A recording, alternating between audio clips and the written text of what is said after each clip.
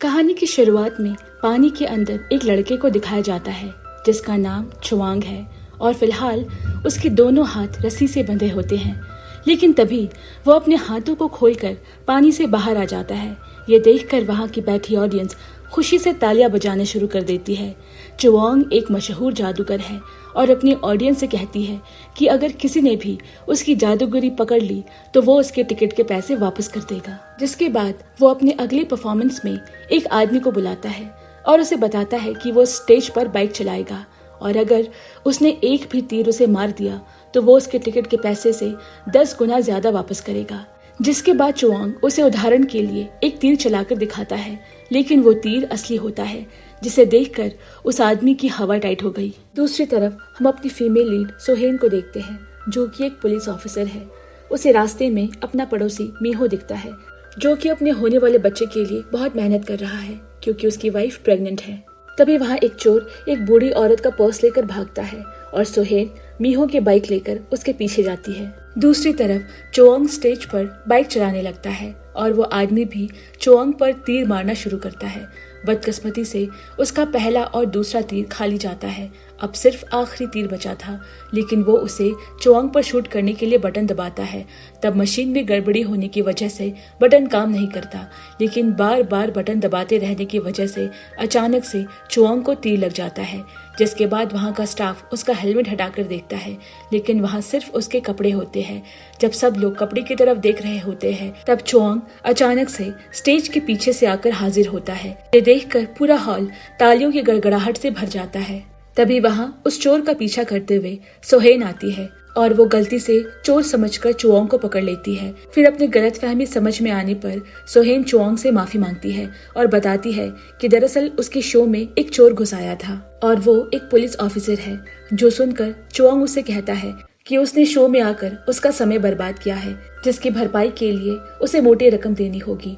जो रकम सुनने के बाद सोहेन वहाँ से भाग जाती है और बाहर निकल कर देखती है कि चोर तो पेड़ से बंधा हुआ है, किसी ने उसकी खूब पिटाई की है। और वहाँ से वापस आते वक्त वो मीहू के बाइक के हेलमेट की जगह चुआंग का हेलमेट ले आती है, जबकि मीहू के हेलमेट में कैमरा लगा हुआ है जो अब चुआंग की सारी हरकतें रिकॉर्ड कर रहा है।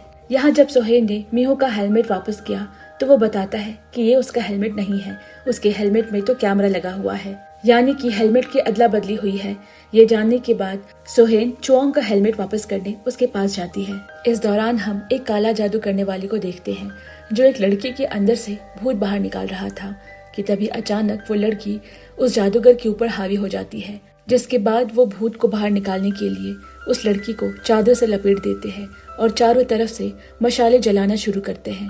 काफी मेहनत के बाद आखिरकार वो जादूगर भूत को उस लड़की के बाहर निकालने में कामयाब होता है, लेकिन भूत इतना ज्यादा ताकतवर था कि उस जादूगर को अपनी जान की बाजी लगानी पड़ी और मरने से पहले वो जादूगर मिसेस जिहून को बताता है कि अब उसके मरने के बाद उसके पोते के अंदर वो दिव्य शक्तियां आ जाएंगी, जिसके बाद वो सबसे बड़ा जादूगर बनेगा जो लोगों की परेशानियां दूर करके उनकी मदद करेगा। तब हम देखते हैं कि उस जादूगर का पोता दरअसल चुआंग होता है, जो कि अब तक का सबसे मशहूर जादूगर है और उसकी जादू की ट्रिक्स इतनी सटीक होती है जिसे आज तक कोई नहीं पकड़ पाया, क्योंकि चुआंग के सभी ट्रिक्स का क्रेडिट उसके 3 असिस्टेंट भूतों को जाता है। तभी उनमें से एक असिस्टेंट चुआंग को बताता है कि एक हेलमेट में कैमरा लगा है और फिर वो तीनों चुआंग की बुराई करने लगते हैं कि वो उनसे बहुत ज्यादा काम करवाता है, लेकिन चुआंग उनकी बातों पे ध्यान नहीं देता। तभी अचानक चुआंग के दादाजी के देहांत की खबर मिलती है, इसीलिए वो उनके अंतिम संस्कार में जाने के लिए तैयार होता है। लेकिन तभी सोहेन वहाँ आती है और अपना कैमरा वाला हेलमेट एक्सचेंज करके ले जाती है। अब चुआंग अपने दादाजी को देखने के लिए पहुंचता है, जहां मिसेस जिहून उसका स्वागत करती है, लेकिन चुआंग अपने दादाजी की तरह नहीं बनना चाहता। फिर हमें उसके बचपन की घटना दिखाई जाती है। जब वो छोटा था उसके दादाजी बहुत अच्छे थे और हमेशा गांव वालों की मदद किया करते थे, लेकिन एक बार किसी गलत फहमी की वजह से उन्हें सीरियल किलिंग के झूठे केस में फंसा दिया गया, जिसके बाद वही गाँव वाले उन्हें बुरा भला कहने लगे। लेकिन दादाजी लोगों की बातों को नजरअंदाज करते हुए उनकी मदद करते रहे और तभी चुआंग ने फैसला किया कि वो अपने दादाजी के नक्शे कदम पर चलकर शमन नहीं बनेगा और उनके अंतिम संस्कार के बाद वो वापस लौट आता है। दूसरी तरफ हमें मीहू को दिखाते हैं जो ब्रेड लेकर घर लौट रहा था और दूसरी तरफ चुआंग की घर लौटती गाड़ी किसी से टकरा जाती है। जब उन्होंने उतर कर देखा तो वहाँ कोई नहीं था, तभी पीछे से उन्हें मीहू की आवाज आती है। वो पूछता है कि क्या वो सब उसे देख सकते हैं, और तब हमें समझ में आता है कि मीहू मर चुका है। वो उन्हें बताता है कि उसकी वाइफ प्रेग्नेंट है और उसकी मदद करने के लिए, लेकिन चुआंग उसे किसी शमन के पास जाने को कहकर वहाँ से चला जाता है। वहाँ मीहू उनका पीछा करते हुए चुआंग के घर तक पहुँच जाता है। अब चुआंग को उसके असिस्टेंट भूतों से पता चलता है कि मीहू आज जिसका एक्सीडेंट हुआ है उसके हेलमेट में दरअसल कैमरा है, जो कि कुछ समय से उसके पास पड़ा था।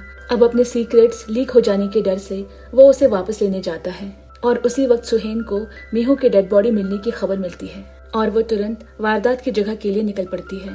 और जाते हुए वो चुआंग की गाड़ी की टूटी हुई हेडलाइट भी नोटिस करती है। मौकाए वारदात पर उसे मीहू की डेड बॉडी मिलती है, जिसे देखकर उसे शॉक लगता है।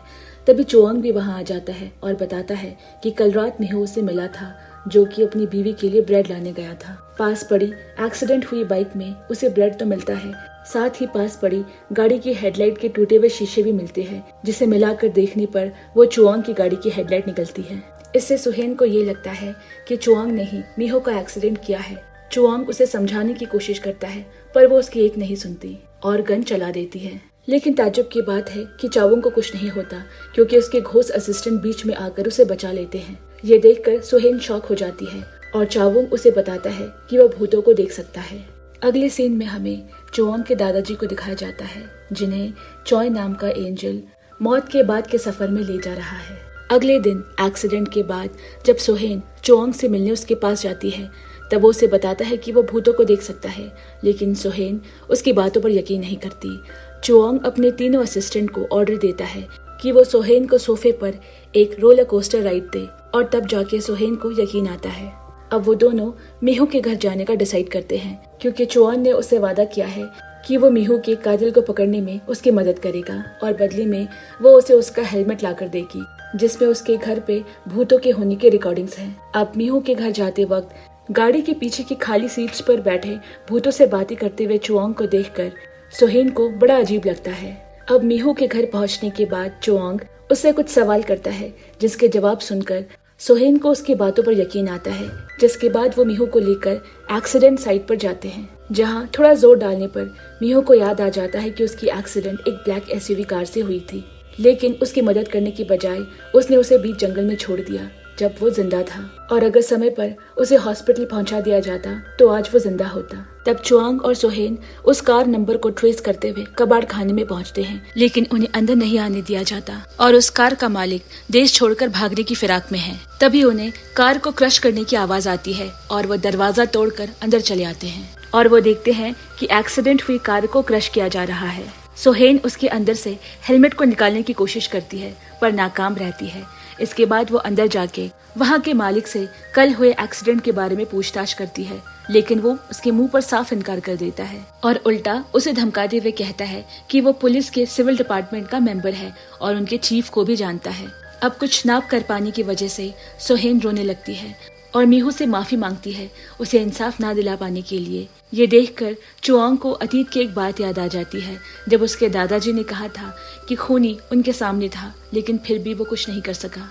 इसके बाद चुआंग सिचुएशन अपने हाथ में लेता है और कहता है इट्स शो टाइम। घर के अंदर कार का मालिक भागने के लिए अपना सामान पैक कर रहा है, लेकिन तभी वहाँ आराम और डोंची पहुँचते हैं और घर का सारा सामान इधर उधर गिराकर अपराधी को बहुत डराते हैं। वो इतना डर जाता है कि खुद ही बाहर जाकर सुहेन के सामने अपना जुर्म कबूल कर लेता है, जिसे सुहेन अपने फोन में रिकॉर्ड कर लेती है और उसे गिरफ्तार कर लेती है। वहाँ से जाते वक्त वो चुआंग को उसकी मदद के लिए थैंक यू बोलती है, जबकि चुआंग कहता है कि उसने उसकी मदद सिर्फ इसीलिए की ताकि वो अपने भूत के सच को छुपा सके, लेकिन उसके जाने के बाद वो मुस्कुराता है। अब यहाँ सुहेन मीहू के कातिल को पकड़ने की वजह से पूरे डिपार्टमेंट में फेमस हो गई थी, यहाँ तक कि उस कातिल के वीडियोस भी सोशल मीडिया पर वायरल हो गए थे। लेकिन पुलिस चीफ इस बात से बिल्कुल खुश नहीं था, क्योंकि वो किलर पुलिस के सिविल सोसाइटी का मेंबर था। इसीलिए अब उनका जूनियर कहता है कि अब उन्हें सुहेन को डिटेक्टिव के लिए प्रमोट कर देना चाहिए, जिसके लिए चीफ राजी नहीं होता। अब हम एक मैजिक शो को देखते हैं,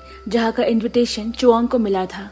वहाँ इनगोएल नाम का मैजिशियन अपनी ट्रिक दिखा रहा था, लेकिन चुआंग के स्टेज पर आते ही वो सेंटर ऑफ अट्रैक्शन बन जाता है और उसके मैजिक ट्रिक को करने में 3 असिस्टेंट भूतों के साथ मीहू भी उसकी मदद करता है। अब यहाँ पुलिस स्टेशन में हम देखते हैं कि वही जूनियर अपनी कलीग से बातें कर रहा है कि चीफ ने सोहेन को बचपन से पाला है, लेकिन फिर भी वो उसे डिटेक्टिव बनने देना क्यों नहीं चाहते, जबकि इस बार तो उसने कातिल को पकड़कर बहुत ही अच्छा काम किया है। अब यहाँ हॉस्पिटल में मीहो की वाइफ ने एक प्यारी सी लड़की को जन्म दिया था, जिसके बाद चुआंग मीहो की वाइफ के लिए बहुत सारा सामान और पैसा लेकर जाता है, जो पैसा मीहो ने उसके मैजिक ट्रिक में मदद करके कमाए थे। और चुआंग इसी तरह भूतों की फैमिली को पैसे देकर उनकी फाइनेंशियली हेल्प करता है। ये देख मीहो की आत्मा को शांति मिलती है और वो अपनी प्यारी सी बेटी को एक आखिरी बार देखकर ये दुनिया छोड़कर दूसरी दुनिया के सफर में निकल पड़ता है। अब हॉस्पिटल से निकलते वक्त लिफ्ट में सोहेन चुआंग का शुक्रिया अदा करती है और पूछती है कि उनके तीनों घोस्ट असिस्टेंट क्या खाना पसंद करते हैं, जिस पर चुआंग उसे कहता है कि उसे इस बारे में सोचने की जरूरत नहीं। लेकिन तभी उसकी नजर शीशे पर पड़ती है, जहाँ अलग अलग तरह के खानों के नाम उभरने लगते हैं, जो कि उनके भूत असिस्टेंट लिख रहे थे। ये देखकर चुआंग उसे जल्दी से मिटाने लगता है। अब लिफ्ट से निकलते ही सोहेन की नजर यीशु पर पड़ती है, जो पुलिस चीफ का बेटा होने के साथ साथ उसका क्रश भी है, और वो उसे देखकर मुस्कुराने लगती है। लेकिन उसे मुस्कुराता देख चुआंग को जलन होती है और वो घर जाकर सोचता है कि सोहेन सबसे मुस्कुराकर बात करती है और सिर्फ उसी पर गुस्सा होती है। तभी उसके घर एंजल चोय आता है, जो कि उसके दादाजी को मरने के बाद निर्वाणा के मार्ग पर लेकर जा रहे थे। वो चुआंग से पूछता है कि आखिर वो अपने दादाजी की तरह एक महान शमन क्यों नहीं बनना चाहता। चुआंग कहता है कि वो आज तक नहीं भूला कि गांव वाले एक गलतफहमी की वजह से उसके दादाजी से किस तरह पेश आए थे, और उसे वहाँ से चले जाने को कहता है। अब यहाँ पुलिस स्टेशन में सभी सोहेन को सिविल डिपार्टमेंट ज्वाइन करने के लिए कहते हैं। यहाँ तक कि अब तो चीफ भी इस बात के लिए राजी हो गया है, लेकिन अकेले में वो अपने और सोहेन के पिता की तस्वीर साथ देखता है और उसे अतीत की वो घटना याद आती है जिस दिन सोहेन के पिता की मौत हुई थी, और वहाँ चुआंग के दादाजी भी मौजूद थे। लेकिन पुलिस चीफ ने उस किलर को तभी मार दिया था, लेकिन पहाड़ी से गिरने की वजह से उसकी लाश फिर कभी किसी को नहीं मिलती। इसके बाद एक समंदर किनारे का दृश्य दिखाते हैं, जहाँ कुछ मछुआरे नाव से जाने की तैयारी में हैं। तभी वहाँ एक का बेटा आता है जो मेंटली अनस्टेबल होता है। वहाँ एंजल चोय चुआंग के ऊपर किसी तरह का मंत्र पड़ता है, और यहाँ उस मछुआरे के बेटे को समंदर से एक अजीब सी आवाज आती है, जैसे उसे कोई बुला रहा है। और समंदर की तह पर एक नीले रंग का घड़ा है जो हिलने लगता है, और उसमें से भी अजीब सी आवाजें आने लगती है। अब यहाँ सोहेन को दिखाया जाता है, जो कई सालों की कोशिश के बाद भी अपने पिता के खूनी को नहीं पकड़ पाई है, क्योंकि उसकी लाश पहाड़ी से गिरकर कभी बरामद ही नहीं हुई। इसीलिए उसे लगता है कि अब भी वो किलर जिंदा है। इस बात का जिक्र वो अपनी दोस्त से करती है, जो उसे चुआंग की मदद लेने को कहता है, लेकिन वो इस पे राजी नहीं होती। तब वो कहती है कि उसे उन 3 असिस्टेंट भूतों की मदद लेनी चाहिए, जो आइडिया उसे पसंद आता है, और वो उन तीनों के लिए अच्छा खाना बनाने लगती है। अब अगले दिन जब सोहेन चुआंग के घर पहुंची तो उसे तेज बुखार था, और वो दरवाजा खोलते ही उसके ऊपर गिर पड़ता है। किसी तरह वो उसे सहारा देकर बिस्तर तक ले आती है और उसके घर में दवाइयाँ ढूंढने लगती है। तभी वो हवा में उड़ते हुए खाने को देखकर डर जाती है। उसे लगता है कि वो तीनों असिस्टेंट भूत हैं, लेकिन असलियत में वो तो एंजल चॉय होता है। सोहेन उनका थैंक यू कहते हुए उन्हें सिविल पुलिस डिपार्टमेंट ज्वाइन करने के लिए कहती है। अब जब वो कमरे में आकर चुआंग को दवा देते हुए उसे भी पुलिस यूनिट ज्वाइन करने का ऑफर करती है, वो साफ इनकार कर देता है, और वो सोहेन के लायक खानों के उसे पैसे भी देता है। अब गुस्से में सोहेन उसके पैसों को लौटाकर उसे थैंक यू बोलकर वहाँ से चली जाती है। इतने में चॉय देखता है कि इससे चुआंग के फैन मीटर की एक लाइट बढ़ गई है, क्योंकि सोहेन ने जाते हुए उसे दिल से थैंक्स कहा था। वो चुआंग को समझाता है कि इस तरह फैन मीटर की लाइट बढ़ने से वो एक दिन बहुत बड़ा जादूगर बन जाएगा, और उसकी मदद से एंजल चोय भी स्वर्ग जा सकेगा। अब यहाँ हमें सोहेन को दिखाते हैं, जो टीवी पर एक मर्डर केस देखती है और उस जगह जाने के लिए निकल पड़ती है। तभी पुलिस कैप्टन वहाँ आते हैं और सोहेन के कलीग्स को बताते हैं कि उसके पिता की मौत full moon murder case solve करते हुए हुई थी। हालांकि उनका किलर वहीं मारा गया था, लेकिन उसकी डेड बॉडी कभी बरामद नहीं हुई। इसीलिए सोहेन को लगता है कि वो अभी भी जिंदा है, और इसी वजह से उसे जब भी फुल मून मर्डर केस की तरह मिलता जुलता कोई भी केस दिखता है तो वो उसकी इन्वेस्टिगेशन करने के लिए निकल पड़ती है। अब यहाँ सीन शिफ्ट होता है और हमें चुआंग को दिखाता है, जो चॉय से कह रहा है कि उसे अपने दादाजी की तरह शमन नहीं बनना।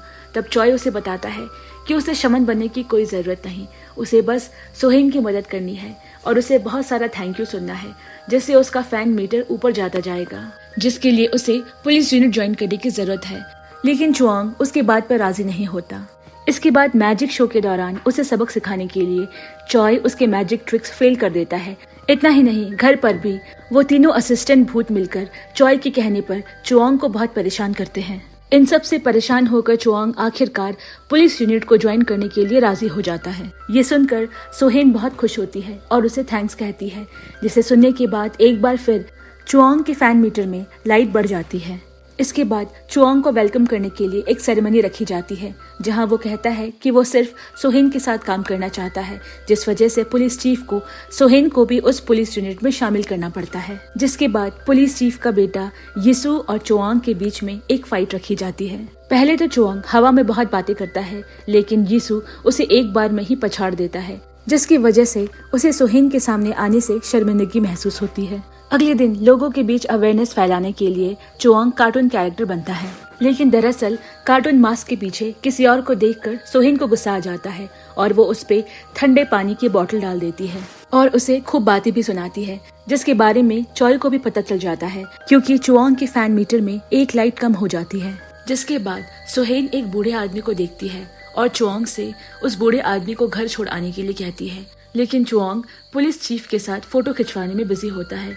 इसीलिए सोहेन को खुद ही उस बूढ़े आदमी को घर छोड़ने जाना पड़ता है और उसके घर पहुंचने पर वो आदमी सोहेन को पैसों से भरा पर्स देता है, जिसे देखकर सोहेन चौंक जाती है और उसे पूछती है कि उसे इतने पैसे कहाँ से मिले। तब वो उसे बताता है कि वो सब पैसे उसे पास के ही गार्डन में मिले थे। जिसके बाद सोहेन अपने साथियों को बुलाकर उसकी गार्डन की खुदवाई कराती है, जहां उन्हें 10 बिलियन युआन मिलते हैं, जिस चीज के लिए सबका शक उनके बेटे पर था, क्योंकि वो बहुत दिनों से घर वापस नहीं आया था। यहाँ चुआंग न्यूज पर ये सब देख रहा था और उसे अफसोस हो रहा था कि उसकी ही लापरवाही की वजह से 10 बिलियन वॉन उसके हाथ से निकल गए। जिसके बाद सोहेन चुआंग को उसे बूढ़े आदमी के घर पे पेट्रोलिंग करने ले जाती है और वो भी पैसों के लालच में उसके साथ चल देता है। वहाँ पहुंचकर वो देखता है कि कुछ लोग उस बूढ़े आदमी को परेशान कर रहे हैं, तो चुआंग उन्हें रोकने की कोशिश करता है, लेकिन वो लोग तो उस पे ही हमला कर देते हैं। तब चॉय आकर उसे बचाता है। कुछ ही देर में सोहेन भी वहाँ पहुँच जाती है और चुआंग से पूछती है कि वो यहाँ क्या कर रहा है। तब चुआंग बताता है कि वो इस बूढ़े आदमी की मदद कर रहा है। असल में मामला कुछ और ही होता है, क्योंकि वो जिन लोगों से उस बूढ़े आदमी को बचा रहा था वो तो मर चुका था और वो सभी आत्माएं थी जो सिर्फ चुआंग को दिखती है। तब सोहेन भी उस बूढ़े आदमी के कमरे में जाकर देखती है कि वो मर चुका है, लेकिन उसकी आत्मा को अभी तक शांति नहीं मिली थी, क्योंकि उनके बेटे से मिलने की उनकी आखिरी इच्छा अभी पूरी नहीं हुई थी। जिसके बाद वो सभी चुआंग के घर में मिलते हैं और वो बूढ़ा आदमी उन्हें बताता है कि पहले उसे गैम्बलिंग की बहुत बुरी लत थी, लेकिन इससे वो अपने परिवार से दूर हो रहे थे और जब तक उन्हें इस बात का एहसास हुआ तब तक उनके बेटे को इसकी लत लग चुकी थी और वो पैसे भी उन्हीं के बेटे के हैं। ये जानने के बाद वो सभी उनके बेटे को पकड़ने का प्लान बनाते हैं। उसको पकड़ने के लिए वो दोनों एक कसिनो में गेम खेलने जाते हैं, जहाँ चुआंग के असिस्टेंट उसे हर बार गेम जीतने में मदद करते हैं। वहाँ का वेटर अंदर जाके किसी को उनके बारे में बताता है, जो और कोई नहीं बल्कि उसी बूढ़े आदमी का बेटा होता है, जो कि ऑनलाइन गेमिंग खेल रहा होता है। और जैसे ही चुआंग सारे पैसे जीत जाता है, तभी वहाँ पुलिस भी पहुँच जाती है और मौके का फायदा उठाकर चुआंग पैसे से भरा बैग उठाकर वहाँ से भाग जाता है। लेकिन रास्ते में जाते हुए वो अपना बैग चेक करता है, तब उसे पता चलता है कि पैसों की जगह उसने फालतू सामान से भरा बैग उठा लिया है। अब घर वापस आने के बाद भी चुआंग का उतरा हुआ मुंह देखकर चुआंग इससे उसकी वजह पूछती है। जब उसे पता लगता है कि उसका मूड गैम्बलिंग में हारे पैसों की वजह से है, तो वो उसे कहती है कि वो उसके सारे पैसे इंस्टॉलमेंट के जरिए लौटा देगी। और चुआंग हंसते हुए कहता है कि उसे मालूम भी नहीं कि वो कितने पैसे थे। तभी सोहेन की नजर दीवार पर टंगी एक आइलैंड की फोटो पर पड़ती है। वो उसे पूछती है कि ये कौन सी जगह है। चुआंग उसे बताता है कि यह बोरा बोरा आइलैंड है, जहाँ जाने के बहुत पैसे लगते हैं और वो वहाँ हमेशा के लिए जाकर शांति से जीना चाहता है, इंसानों और भूतों दोनों से ही बिल्कुल दूर। सोहेन पूछती है, यानी कि वो इंसानों की मदद इंसानों से ही दूर जाने के लिए कर रहा है। चुआंग हाँ में जवाब देते हुए कहता है कि उसे इंसान बिल्कुल पसंद नहीं। तभी उसके फोन पे उसी ऑनलाइन गेमिंग साइट से एक मैसेज आता है और वो सब मिलकर उसके आईपी एड्रेस से उसकी लोकेशन को ट्रैक करने की कोशिश करते हैं, लेकिन उस वेबसाइट की सिक्योरिटी बहुत ही टाइट होती है और उसे हैक करना नामुमकिन होता है। इसके बाद पुलिस भी उस कसिनो के सभी मेंबर्स को पकड़ लेती है, लेकिन उनमें से किसी ने भी उस बूढ़े आदमी के बेटे को आमने सामने नहीं देखा था। उनकी सारी डीलिंग फोन पर ही होती थी। इसके बाद वो सभी एक बार फिर उस बूढ़े आदमी के पास मदद मांगने जाते हैं। वो उनसे कहता है कि वैसे तो उसे अपने बेटे के बारे में कुछ खास पता नहीं, क्योंकि वो हमेशा अकेले रहना पसंद करता था, लेकिन एक बात है कि वो पैसे को किसी खास जगह पे नहीं बल्कि सबकी आंखों के सामने छुपाता था। अब यहाँ चुआंग और सोहेन उसकी बातों को गौर से सुन रहे थे, यानी कि उनका बेटा कहीं छुपा नहीं है बल्कि सबकी नजरों के सामने है, लेकिन बस वो किसी को नजर नहीं आ रहा। तभी चुआंग को याद आता है कि उसने पुलिस डिपार्टमेंट को जिस बिल्डिंग में लंच की पार्टी दी थी वहाँ दरअसल बहुत सारे एग्जॉस्ट फैन थे, जो कि बड़ी ही अजीब बात थी।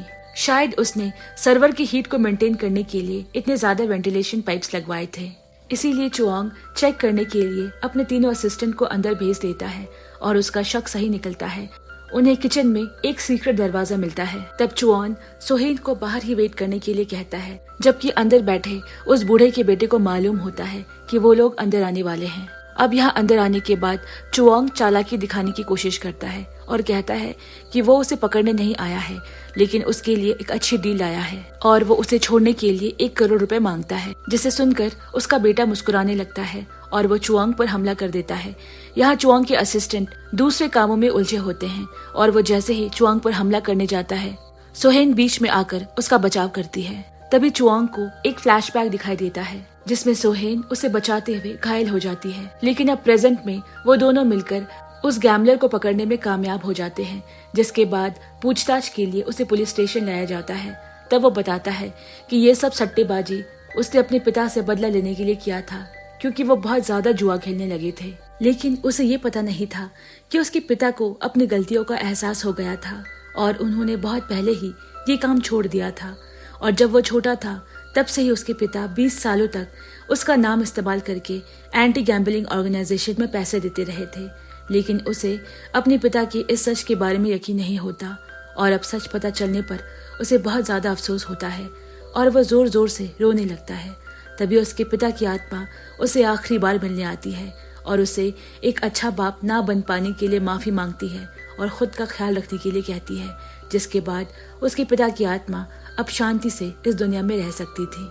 उस दिन सोहेन के पिता की भी डेथ एनिवर्सरी होती है, तो वो चुआंग को बताती है कि 10 साल पहले एक राउंड मून किलर, जो कि एक डीमन था, उसकी वजह से उनकी मृत्यु हुई थी और उसके बाद उस डीमन को समंदर के नीचे एक जार के अंदर बंद करके दबा दिया गया था। लेकिन फिलहाल मुसीबत की बात ये थी कि बीच समंदर में उस मछुआरे के बेटे को फिर से वो आवाजें सुनाई देने लगती है और उसके हाथ वो जादुई जार लग जाती है, जिसे खोलते ही उसमें से काला धुआं निकलता है, जो कि उस मछुआरे के अंदर समा जाता है और उसके शरीर पर हावी होने लगता है। कुछ देर बाद उसके साथी उसे आवाज देते हैं, लेकिन वो कोई जवाब नहीं देता और तभी उस मछुआरे के अंदर डीमन जाग जाता है और उस आदमी पर चाकू से हमला कर देता है, यहाँ तक कि बोट पर मौजूद अपने पिता को भी मारकर समंदर में फेंक देता है। सीन बदलता है और हमें मिसेस जिहुन को दिखाते हैं, जो चुआंग के दादाजी को जानती थी। उन्हें ऐसा लगता है कि कुछ गलत होने वाला है। तभी एंजल चॉय उनके पास आता है और वो उन्हें बताती है कि उसे ऐसा लग रहा है कि 10 साल पुराना डीमन वापस आ रहा है, लेकिन चॉय कहता है कि ये नामुमकिन है क्योंकि उसे समंदर की गहराइयों में दफन कर दिया जा चुका है। यहाँ सोहेन की पिता की डेथ एनिवर्सरी होती है और वो काम से जल्दी छुट्टी लेकर उनकी कब्र पर जा रही होती है। तभी चुआंग उसके साथ हो लेता है। फिर जब वो लोग अंदर जाते हैं तो चुआंग सोहेन की पिता की फोटो देखकर दंग रह जाता है। फिर सोहेन उसे बताती है कि ये वही अफसर है जिन्होंने full moon day murder case पर काम किया था और उनकी मौत एक शवन की वजह से हुई थी। यहाँ दंग खड़ा चावू कुछ नहीं कह पाता और वो चुपचाप अपने घर लौट आता है। अगली सुबह तीनों असिस्टेंट भूत और चॉय उसे देखकर हैरान थे। वो उसे बताते हैं कि आज उसकी शूटिंग का दिन है और वो लोग किसी भी वक्त उसके घर पहुंच सकते हैं। अब यहाँ सड़क पर जीसू को एक गाड़ी ओवर स्पीड करते हुए नजर आती है। उसे शक होता है कि इस ड्राइवर ने ड्रग्स लिया है और वो उस गाड़ी को रोकता है, जिसके अंदर से एक मशहूर एक्टर निकलता है जिसने वाकई में ड्रग्स लिया होता है। फिर पुलिस स्टेशन में जीसू के कलीग्स बताते हैं कि ऐसे लोगों के पीछे अक्सर किसी बड़े आदमी का हाथ होता है, जो कि पूरा का पूरा ड्रग माफिया चलाते हैं, इसीलिए इनके खिलाफ एक्शन लेना मुश्किल होता है। उधर चुआंग के घर पर शूटिंग शुरू हो जाती है और उसके पूरे डे रूटीन को शूट किया जाता है, लेकिन वो सारे काम अकेला करते हुए दिखाया जाता है क्योंकि उसके असिस्टेंट तो भूत होते हैं। तब शूटिंग का डायरेक्टर उसे बाहर लेकर आता है, जहां उसे एक बच्चे को मैजिक ट्रिक्स दिखाते हुए शूट करते हैं। जो बच्चा अपने डॉग के साथ खेल रहा होता है, लेकिन वो बच्चा तो उसकी बेइज्जती कर देता है क्योंकि वो उसके सारे ट्रिक्स पकड़ लेता है। यहाँ सोहेन घर वापस आने के बाद 5 मछुआरों के गायब होने की खबर मिलती है। हालांकि कोई आंधी तूफान नहीं आया था, तब उसकी नजर एक मछुआरे पर पड़ती है जिसकी शक्ल उसे किसी पुराने कातिल से मिलती है। इसीलिए उसके बारे में और जानकारी लेने के लिए वो उनके गांव पहुंची। कुछ देर बाद उसके घर पर सोहेन उसके जूते का साइज चेक करती है, जो कि पुराने किसी किलर से मैच कर रहा था। इसी दौरान वो देखती है कि कुछ शमन अपने रीति रिवाजों के जरिए उन 5 मछुआरों की आत्मा को वापस बुलाकर उन्हें शांति दिलाने की कोशिश कर रही है। वो कहते हैं कि ड्रैगन किंग को चावल समर्पित करने से आत्माएं वापस आ जाएंगी और उन्हें शांति मिल जाएगी। इसीलिए वो 5 चावल के गोले पानी में फेंकती है, जिनमें से 4 तो खाली लौटते हैं, लेकिन एक में अभी भी चावल भरा था, यानी कि उनमें से एक की मौत अभी तक नहीं हुई है। जिसे देखकर वो शमन परेशान हो जाती है, क्योंकि उन्होंने उस शैतानी आत्मा को पानी में बांध कर फेंका था। अब यहाँ हम शहर में उसी मछुआरे को देखते हैं जो उस शैतानी आत्मा से पजेस्ड हो चुकी है, और वो सोहेन को देखकर उसकी तरफ आकर्षित होने लगती है, क्योंकि उसके सर पर किसी तरह की रोशनी थी जो कि पवित्र आत्मा की निशानी होती है। फिर वो उसके पीछे जाने की कोशिश करता है, लेकिन सोहेन बस में बैठकर चली जाती है। अब वो यीशु से मिलने जाती है, जो उसे अकेले उस गांव में जाने के लिए डांटता है और उसे घर छोड़ने की बात करता है, जिसे सुनकर सोहेन का तो खुशी का ठिकाना नहीं रहता। अब अगले सीन में हमें चुआंग को दिखाते हैं, जिसे के पॉप आइडल आइरिस के साथ काम करने का मौका मिलता है, जो कि एंजल चोई की फेवरेट होती है, और वो उसे इस कॉन्ट्रैक्ट को साइन करने के लिए कहता है। लेकिन चुआंग को उसमें कोई दिलचस्पी ना होते हुए देखकर वो उसे तलवार से डराता है, जिसकी वजह से चुआंग को उसकी बात माननी पड़ती है। तभी बाहर आकर उसे किसी डॉगी की आवाज आती है और सामने आइरिस खड़ी होती है, जो अंदर आते ही एक्सरसाइज शुरू कर देती है। इसके बाद वो थोड़ी मैजिक प्रैक्टिस करते हैं और फिर वो उसे कॉफी पीने के लिए कहती है, लेकिन चुआंग मना कर देता है। तब वो उस कॉफी के सैशे को चुआंग के बैग में डाल देती है। अब चुआंग जैसे ही आइरिस को छोड़ने के लिए बाहर निकलता है, उसे सोहेन मिलती है, जिसके कंधे पर जिसू ने हाथ रखा हुआ है, और वो उसे मिसिंग डॉग के बारे में बताकर उसकी फोटो दिखाती है। फोटो देखते ही चुआंग पहचान जाता है कि ये तो वही डॉग है जो उस बच्चे के साथ उस दिन उसे मिला था। लेकिन वो उन दोनों को साथ में देखकर गुस्सा हो जाता है और कहता है कि अगर उसे पता भी होगा तो वो नहीं बताएगा। जिसके बाद वो उसे जलाने के लिए आइरिस को घर छोड़ने की बात करता है और उसके साथ निकल जाता है। लेकिन रास्ते में आइरिस उसे बार बार टच करके इरिटेट करती है, जिसकी वजह से वो उसे बीच रास्ते में ही उतार देता है। उसके जाने के बाद आइरिस किसी को फोन करके कहती है कि चुआंग को फंसाना इतना भी आसान नहीं। अगले दिन वो डॉग चुआंग के मैजिक वेन्यू पर भी पहुंच जाता है, जिसे देखकर वो समझ जाता है कि वो डॉग मर चुका है, लेकिन वो उसे अनदेखा करके लिफ्ट में चढ़ जाता है। तब उसके असिस्टेंट उसकी बुराई करने लगते हैं और उसे सोहेन को फोन करके उस डॉग के बारे में बताना पड़ता है। लेकिन इससे पहले कि वो उसे बताता कि वो डॉग मर चुका है, सोहेन फोन कट कर देती है और वहाँ जाने के लिए निकल पड़ती है। अब वेन्यू पर अंदर जाकर चुआंग को उनके डायरेक्टर से पता चलता है कि दरअसल आइरिस कहीं नहीं मिल रही है और शो करने के लिए उसे किसी और लड़की की मदद लेनी होगी। तभी सोहेन वहां पहुंच जाती है, जिसे देखकर डायरेक्टर उसे उसकी मदद करने को कहता है। ये सुनकर चुआंग डायरेक्टर को तुरंत कमरे से बाहर निकाल देता है। अब सोहेन चुआंग से कहती है कि वो उसकी मदद करने को राजी है, लेकिन बदले में चुआंग को भी उसकी मदद करनी होगी। अब इस पर तीनों भूत भी राजी हो जाते हैं, क्योंकि सोहेन को उनके सीक्रेट के बारे में पहले से मालूम है। अब शो शुरू होता है, जो कि एक लव स्टोरी होती है, जिसमें एक लड़की अपने लवर से मिलने जाती है। सब कुछ ठीक ही चल रहा था, लेकिन भूतों की मदद से हवा में उड़ते हुए सोहेन अपना बैलेंस खो देती है और वो नीचे गिरने ही वाली होती है कि तभी चुआंग आकर उसे पकड़ लेता है, जिसे देखकर सबको यही लगता है कि ये इस शो का ही कोई स्टंट होगा। और इस हादसे के बाद दोनों अकेले रूम में काफी ऑकवर्ड फील करते हैं, जिसके बाद चुआंग डॉग को ढूंढने में उसकी मदद करने पार्किंग जाता है, जहां वो डॉग दौड़ते हुए आता है और चुआंग का बैग गिराकर उसके ऊपर बैठ जाता है, जिसे देखकर सोहेन कहती है कि ये डॉग पहले नार्कोटिक डिपार्टमेंट था और ऐसा लगता है कि उसके बैग भी कुछ है। तभी उसके बैग से कॉफी का सैशे मिलता है, जिसे टेस्टिंग के लिए वो फॉरेंसिक डिपार्टमेंट पे भेज देती है और टेस्ट का रिजल्ट पॉजिटिव आता है, यानी कि उस कॉफी में ड्रग्स था। जहां जीसू उन्हें ये भी बताता है कि कुछ दिन पहले उन्होंने जिस एक्टर को पकड़ा था वो भी आइरिस के कांटेक्ट में था। इसके बाद सीन चेंज होता है और हम जीसू को चुआंग को धमकाते हुए देखते हैं, जो उसे सोहेन से दूर रहने के लिए कहता है, क्योंकि उसे मालूम है कि चुआंग के दादाजी ही वो शमन थे जिनकी वजह से सोहेन के पिता की डेथ हुई थी। ये सुनकर चुआंग हक्का बक्का रह जाता है, लेकिन वो अपने आप को संभालते हुए यीशु को वहां से जाने के लिए कहता है। लेकिन उसके जाने के बाद भी चुआंग के चेहरे पर चिंता की लकीर साफ दिखाई दे रही है। अब यहाँ हम सोहेन को आइरिस के मैनेजर का पीछा करते हुए देखते हैं, जिसे मालूम होता है कि वो कहाँ छुपी हुई है। और उनके अड्डे पर पहुंचकर वो जैसे ही पुलिस को कॉल लगाने वाली होती है, कुछ लोग पीछे से आकर उसका फोन छीन लेते हैं।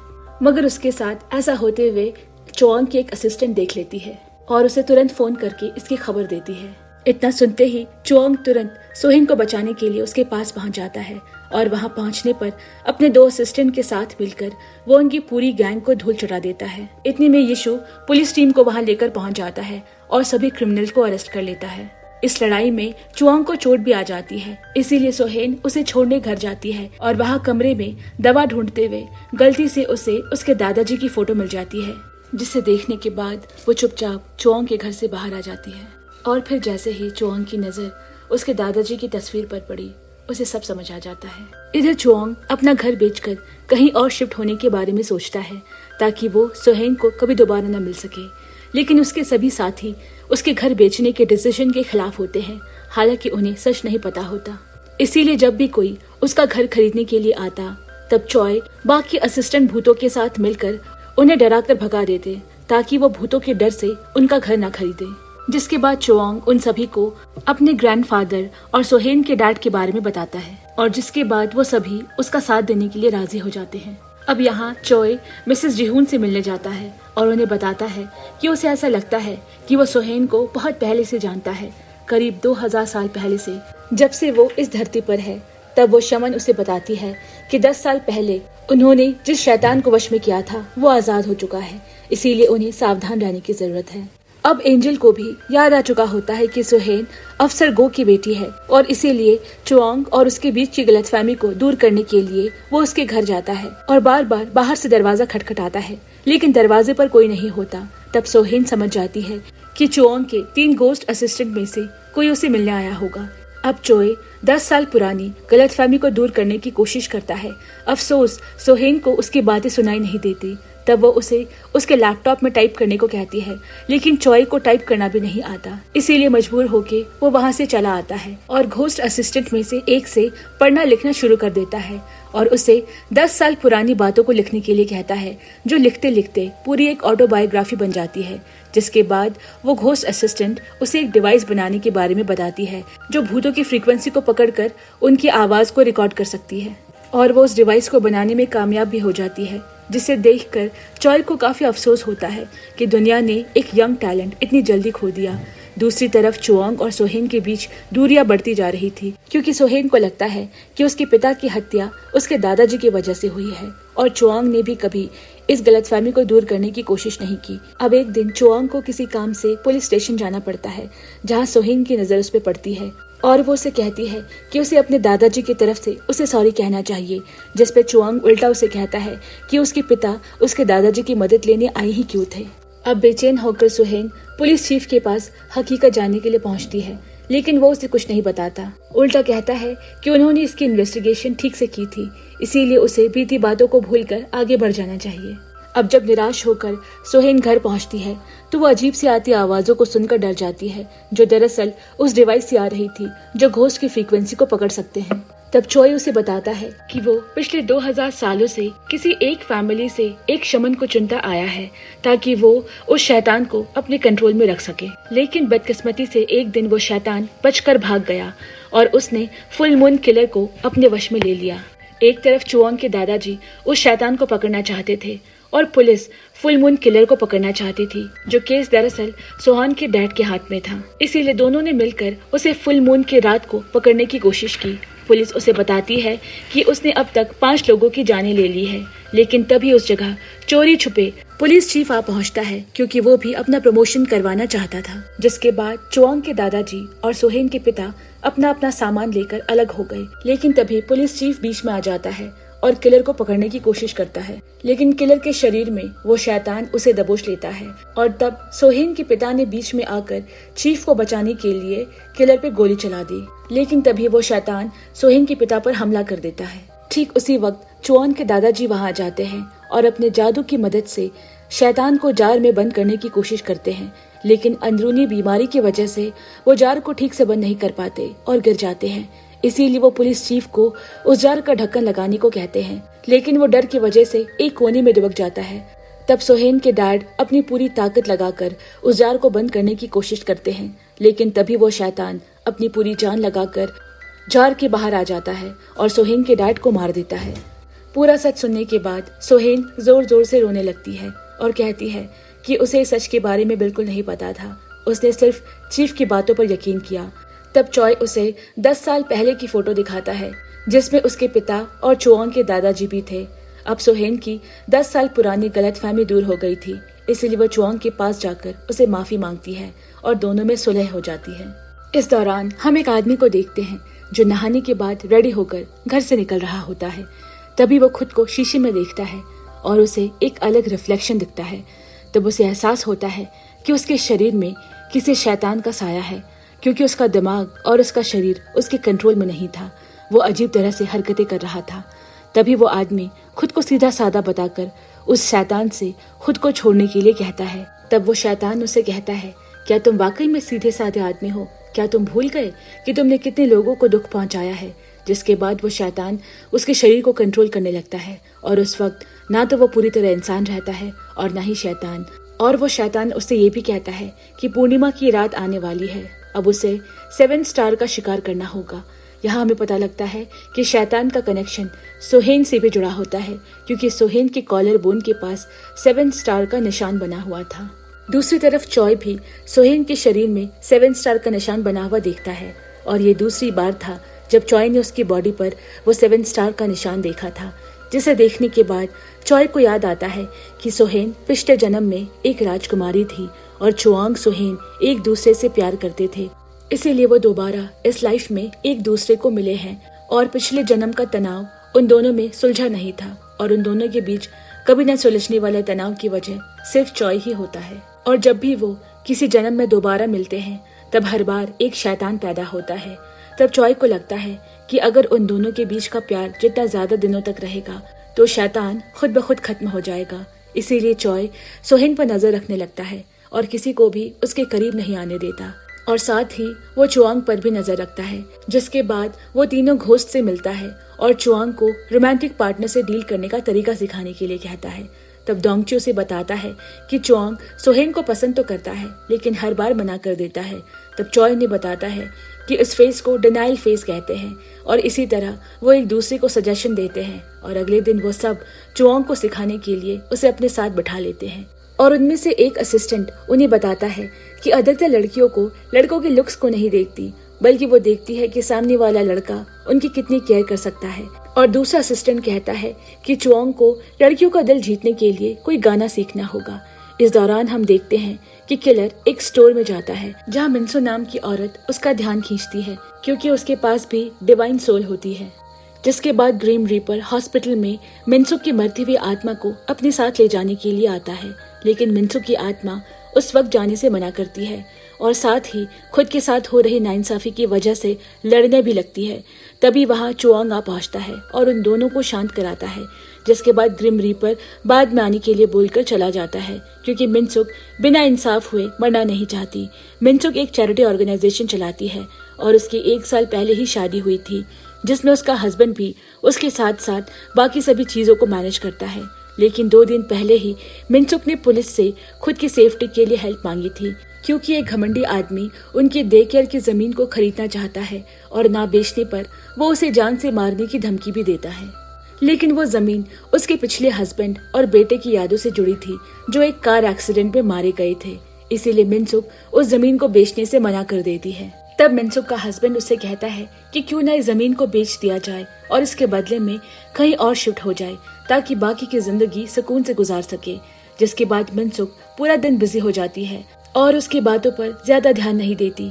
अगले दिन उस घमंडी आदमी के कुछ लोग मिनसुक पर जमीन बेचने का प्रेशर डालने के लिए उसके घर में घुस आते हैं, लेकिन तभी वहाँ पुलिस पहुंच जाती है और हथियारों के साथ उन्हें रंगे हाथों पकड़ लेती है। जिसके बाद हम मिनसुक को देखते हैं, जो कि कोमा में होने की वजह से हॉस्पिटल में भर्ती थी। इस वक्त वहाँ सोहेन भी मौजूद होती है और चुआंग से पूछती है कि क्या ये घोस्ट यहाँ अभी भी है। तब चुआंग उसे बताता है कि मिनसुक की आत्मा ने अभी ग्रीम रीपर से बहस की थी। सोहेन को लगता है कि शायद मिनसुक मर चुकी है, लेकिन वो उसे बताता है कि किसी के भी कोमा में जाने की वजह से उसकी आत्मा शरीर से बाहर आती जाती रहती है। तब मिनसुक की आत्मा चुआंग से कहती है कि जब तक उसके कातिलों को नहीं पकड़ा जाता वो इस दुनिया से नहीं जाएगी। लेकिन सोहेन कहती है कि उन्होंने 3 किलर्स को पकड़ लिया है। लेकिन मिनसुक उन्हें बताती है कि उसका असली कातिल कोई और है। तभी वहाँ मिनसुक का हस्बैंड आता है और चुआंग की मदद से अपनी वाइफ की आत्मा से कहता है कि उसके सभी कातिलों को पुलिस ने पकड़ लिया है। लेकिन मिनसुक कहती है कि उसका असली कातिल उसके बॉडी के बराबर में खड़ा है। एक दिन पहले ही मिनसुक जब स्टोर में काम कर रही थी तब उसका हस्बैंड उसको जमीन बेचने के लिए राजी कराने आया था। लेकिन मिनसुक ने उससे बताया कि इस जमीन से उसकी यादें जुड़ी है और डे केयर उसके लिए बहुत ज्यादा कीमती है। वो मरते दम तक इन्हें नहीं बेचेगी। 3 साल पहले भी उसके हस्बैंड ने उसे यही बात बोली थी और उस वक्त भी उसने ऐसे ही मना कर दिया था। जिसके बाद वो 3 गुंडे मिनसुक को फिर से फोर्स करने के लिए उसके स्टोर जाते हैं। लेकिन जब सोहेन ने कैमरा चेक किया तब मिनसुक का हस्बैंड स्टोर से खाली हाथ वापस आ रहा था। तब सोहेन और चुआंग क्राइम सीन का दोबारा मुआयना करने स्टोर जाते हैं, जहां वो मिनसुक के हस्बैंड को उससे बातें करते हुए देखते हैं, जो उसे कह रहा था कि उसे भी प्रॉपर्टी हड़पनी है और मरने के बाद तो प्रॉपर्टी वैसे भी बिखी जाती है। मिनसुक को मारने के बाद वो कैमरे से बचता हुआ उन हथियारों को उन ठगों के ऑफिस में रख देता है जो मिनसुक की प्रॉपर्टी को बेचने के लिए फोर्स करने आए थे। और इस तरह उन 3 गुंडों को पूरी प्लानिंग के साथ बलि का बकरा बना दिया जाता है। अब सोहेन और चुआंग सारा मामला समझ चुके थे, लेकिन उनके पास उसके हस्बैंड से जुड़ी कोई सबूत नहीं थी। दूसरी तरफ ग्रिम रीपर वापस मिनसुक की आत्मा को लेने आता है, लेकिन चुआंग उसे थोड़ा और समय मांगता है ताकि मिनसुक के साथ इंसाफ होने के बाद वो इस दुनिया से शांति से जा सके। इसीलिए चुआंग ग्रिम रीपर को अपने घर दावत पर बुलाता है, जहां उसे 3 और आत्माएं मिलती है जो ग्रिम रीपर को देखकर घबरा जाती है। और जब वो चॉय से मिलता है तो उन दोनों की बातों से पता चलता है कि ग्रिम रीपर का दूसरा नाम हेन जून होता है और वो पिछले 2000 सालों से एक दूसरे से नहीं मिले थे और मरने के बाद वो अब मिले हैं। तब चुआंग चॉय से कहता है कि वो कैसे भी करके 3 दिनों तक ग्रिम रीपर को अपने साथ बिजी रखे और चॉय भी इस बात पर राजी हो जाता है। जिसके बाद चॉय ग्रिम रीपर को अपने साथ घुमाने के लिए पार्क में ले जाता है, जहां वो दोनों काफी ज्यादा एंजॉय करते हैं और रात के वक्त वो दोनों माउंटेन क्लाइंबिंग करने जाते हैं, जहां चॉय उससे उन दोनों के बीच कभी न खत्म होने वाली दोस्ती की बात करता है।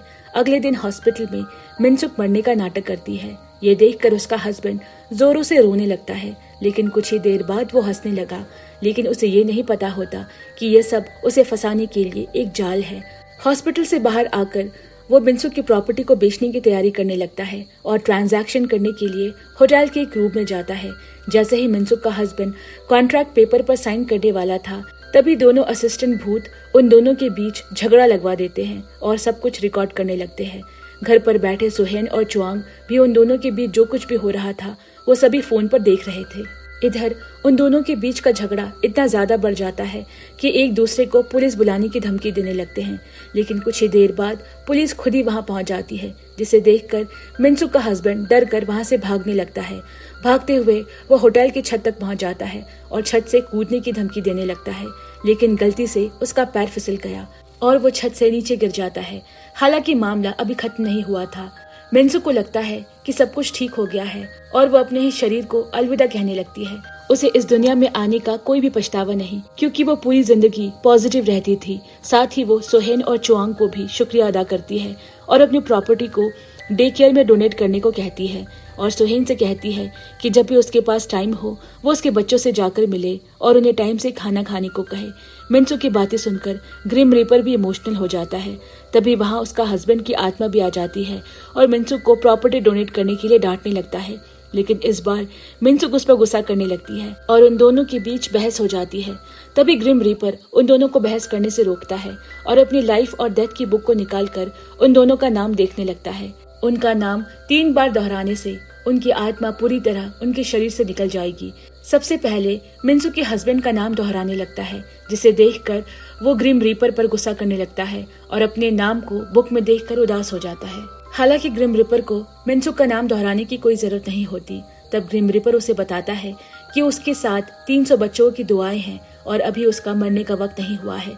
जिसके बाद ग्रिम रीपर वहां से चला जाता है और इधर मिनसुक की आत्मा उसके शरीर में वापस आ जाती है और सोहेन उसे वापस जिंदा देखकर हैरान रह जाती है। दूसरी तरफ चॉय ग्रिम रीपर को बिजी रखने के लिए उसके साथ खेल खेल कर परेशान हो गया था और जब ग्रिम रीपर को उसकी सच्चाई पता चली तो वो उससे काफी प्रभावित होता है और उसकी सराहना करके वहाँ से चला जाता है।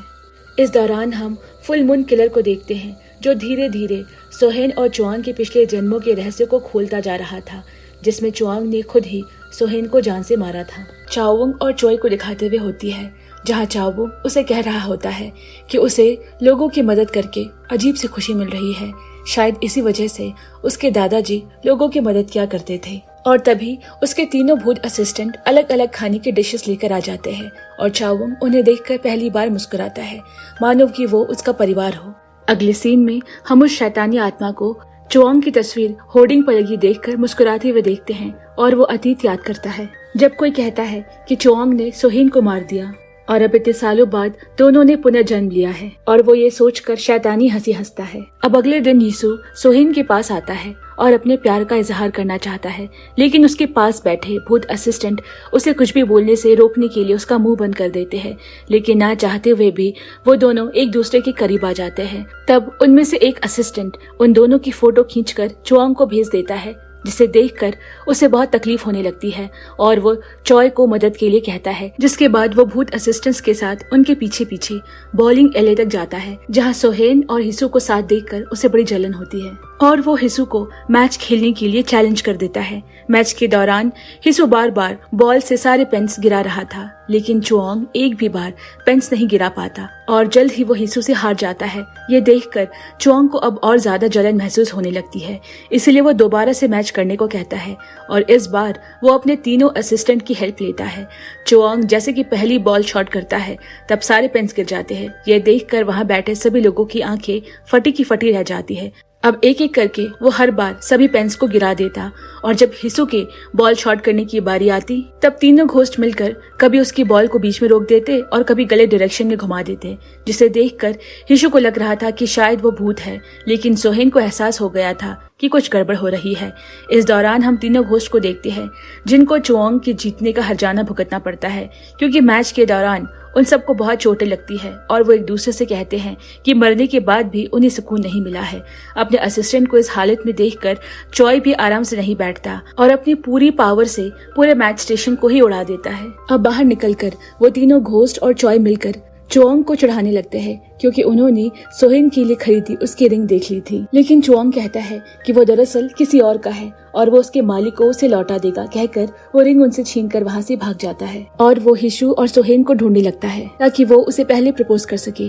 लेकिन वो देखता है कि सोहेन पहले से ही हिशु के साथ बैठी है। उन दोनों को साथ देखकर चुआंग को बहुत ज्यादा बुरा लगता है और वो खुद के अंदर कमियां ढूंढने लगता है और चुपचाप वहाँ से लौट आता है। दूसरी तरफ सोहेन ने अभी तक हिसू का प्रपोजल एक्सेप्ट नहीं किया था और उससे सोचने के लिए वक्त मांगा था। इस बीच पुलिस चीफ, जो कि हिसू के पिता है, उसे बार बार फोन करते हैं, लेकिन वो उनका फोन नहीं उठाता। तभी उसकी नजर सड़क पर पड़ती है, जहाँ पे वो किलर को देख पाता है जो कि उस शैतानी आत्मा से पजेस्ड है। ये देखकर वो चौंक जाता है कि वो अभी तक जिंदा है। यहाँ घर पहुँचने के बाद चॉय चुआंग का टूटा दिल देखकर उसे सलाह देता है कि उसे सोहेन को सब कुछ बता देना चाहिए कि वो पिछले जन्म में एक दूसरे से प्यार करते थे, लेकिन अफसोस वो इस जन्म में एक दूसरे से पहले नहीं मिल पाए। ये सुनकर चुआंग उसे कहता है कि शायद वो कुछ ज्यादा ही पिक्चरें देखने लगा है और फिर जवाब में चॉय उसे कहता है कि वो पिछले 2000 सालों से इस धरती पर है और उसने उससे ज्यादा ये दुनिया देखी है। और वहाँ पुलिस स्टेशन पे पुलिस चीफ उस दिन को याद करता है जब उसने उस मून किलर को मारा था और साथ ही कैसे बाकी लोगों की मौत हुई थी। लेकिन तभी वो किलर आकर उसका गला दबाने लगता है, लेकिन ये सब उसका सपना था। यहाँ हिशु कुछ सोचकर सोहेन को कॉल करता है, लेकिन वो किसी केस में बिजी थी जहाँ पर एक एल्डरली कपल की गुमशुदगी की रिपोर्ट लिखाई गई थी। जब वो फोन उठाती है तो हिशु उसे लंच के लिए पूछता है, लेकिन वो कोई बहाना बनाकर उसे मना कर देती है। अब उसी लड़की को दिखाता है जिसने अपने पेरेंट्स की गुमशुदगी की रिपोर्ट लिखाई थी। वो वापस से अपने घर जाती है, जहाँ उसे कुछ दूर पर जमीन पर गड़ी कुछ लाशें दिखती है। तब पुलिस टीम उस जगह की तहकीकात करने आती है, जहाँ से उन्हें 3 लाशें मिलती है, 2 उन एल्डरली कपल की और एक 10 साल के बच्चे की। दूसरी तरफ जब सोहेन घर की तलाशी लेती है तब उसे बहुत सारी सफेद कैंडल्स दिखती है, जिसे देखकर उसे अपने पिता की मौत वाला दिन याद आ जाता है, क्योंकि उस दिन भी उनके घर पे बहुत सारी सफेद कैंडल्स थी। और इन चीजों को देखकर उसे लग रहा है कि 10 साल पहले वाला शैतान फिर वापस आ गया है और ये उसी फुल मून किलर का काम है। लेकिन जब ये बात पुलिस चीफ को पता चलती है तो वो दूसरे ऑफिसर्स पे बहुत गुस्सा होता है और कहता है कि वो केस कब का खत्म हो चुका है। लेकिन दूसरी तरफ वो किसी को उस फुल मून किलर को मारने के लिए कॉन्ट्रैक्ट दे रहा था, क्योंकि उसे डर था कि उसके पकड़े जाने से उसके खुद के काले कारनामे बाहर आ जाएंगे, जो कि 10 सालों से उसने दबा कर रखे हैं। यहाँ सोहेन हिशु को 10 साल पुराने केस को दोबारा से इन्वेस्टिगेट करने को कहती है, लेकिन पूरे सबूत न होने की वजह से हिशु इन्वेस्टिगेट करने से मना कर देता है, क्योंकि उस केस में काफी सारे लोग भी जुड़े हुए थे। तब सोहेन उसे कहती है कि उस केस के इंचार्ज उसके फादर ही थे।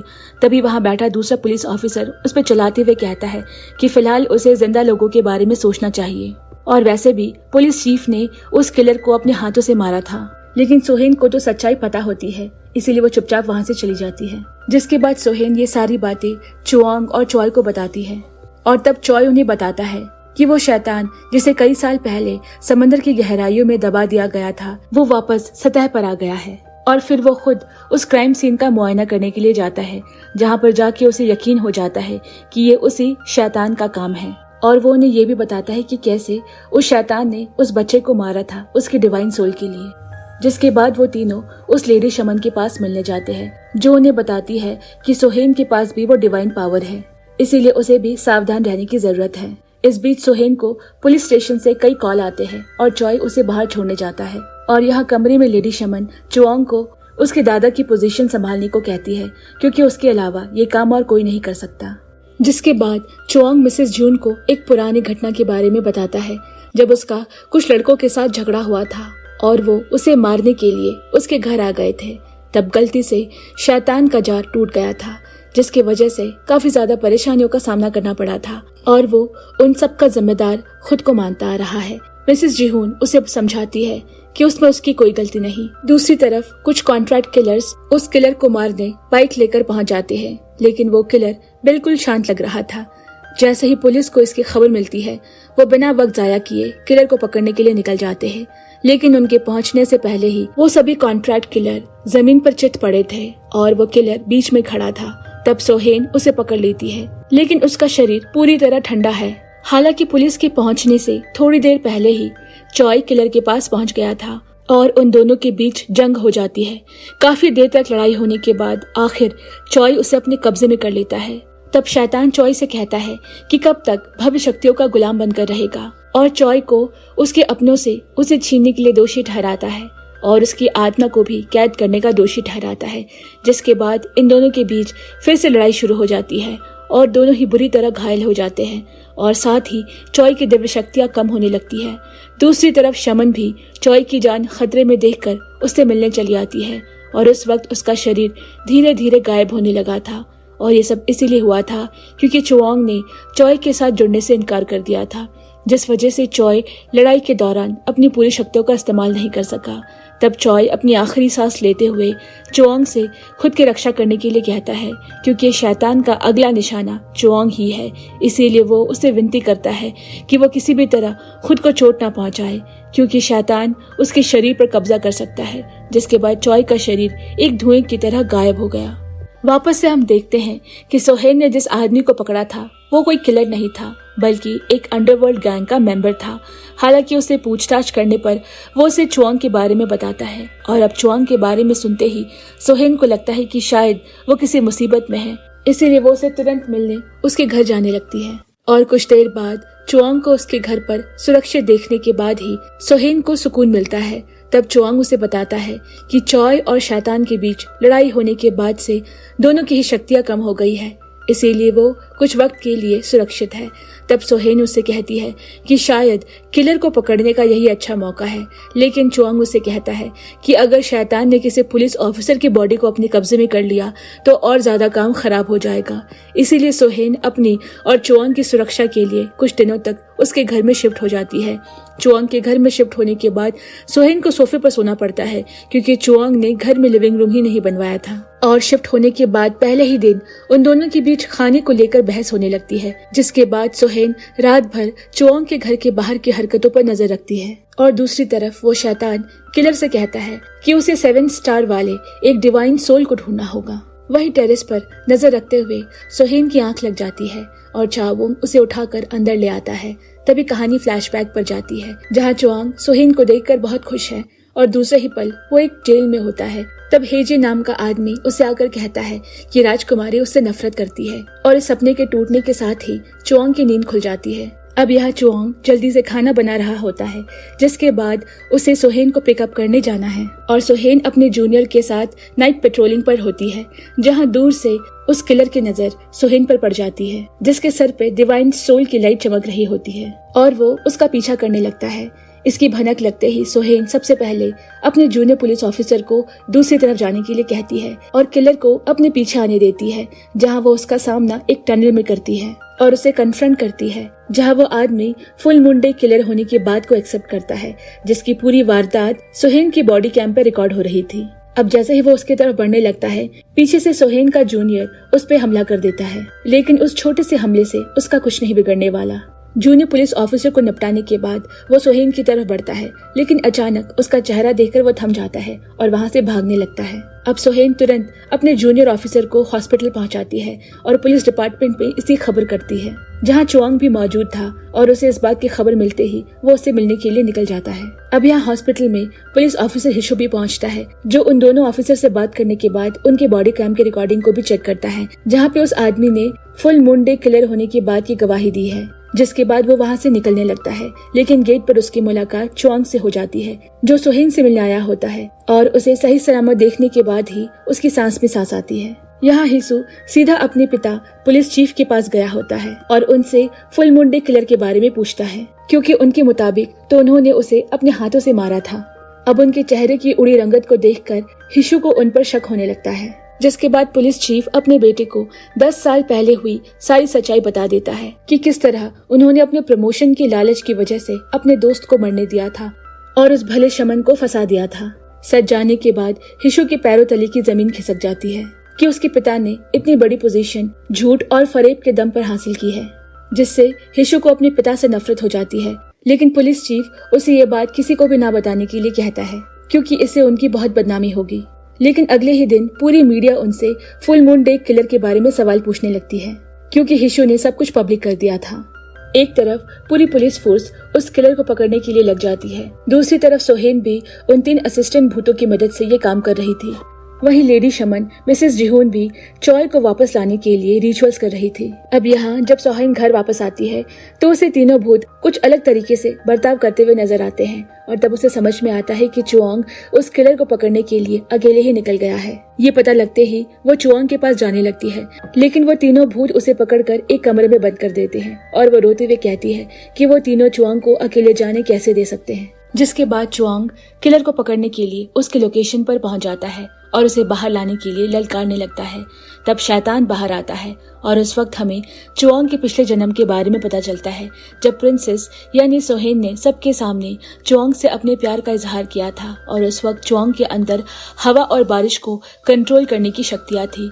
तब चुआंग बारिश करने के लिए एक जादुई मंत्र का इस्तेमाल करता है, जिसकी वजह से पूरे देश में पानी की कमी खत्म हो जाती है। जिसके बाद हम वापस से चुआंग और शैतान को देखते हैं और चुआंग उसे किसी तरह भटकाकर पीछे से पकड़ लेता है और उस पर तलिस्म का पेपर लगा देता है और फिर शैतान को किलर के बॉडी से निकालने के लिए शमन को बुलाता है। तब शमन अपनी पोती के साथ मिलकर शैतान को बाहर निकालने की प्रक्रिया शुरू करती है, लेकिन बदकिस्मती से शमन की सारी शक्तियां काम करना बंद कर देती है और मौके का फायदा उठाकर शैतान उसकी पोती के डिवाइन सोल को अपने अंदर सोखना शुरू कर देता है।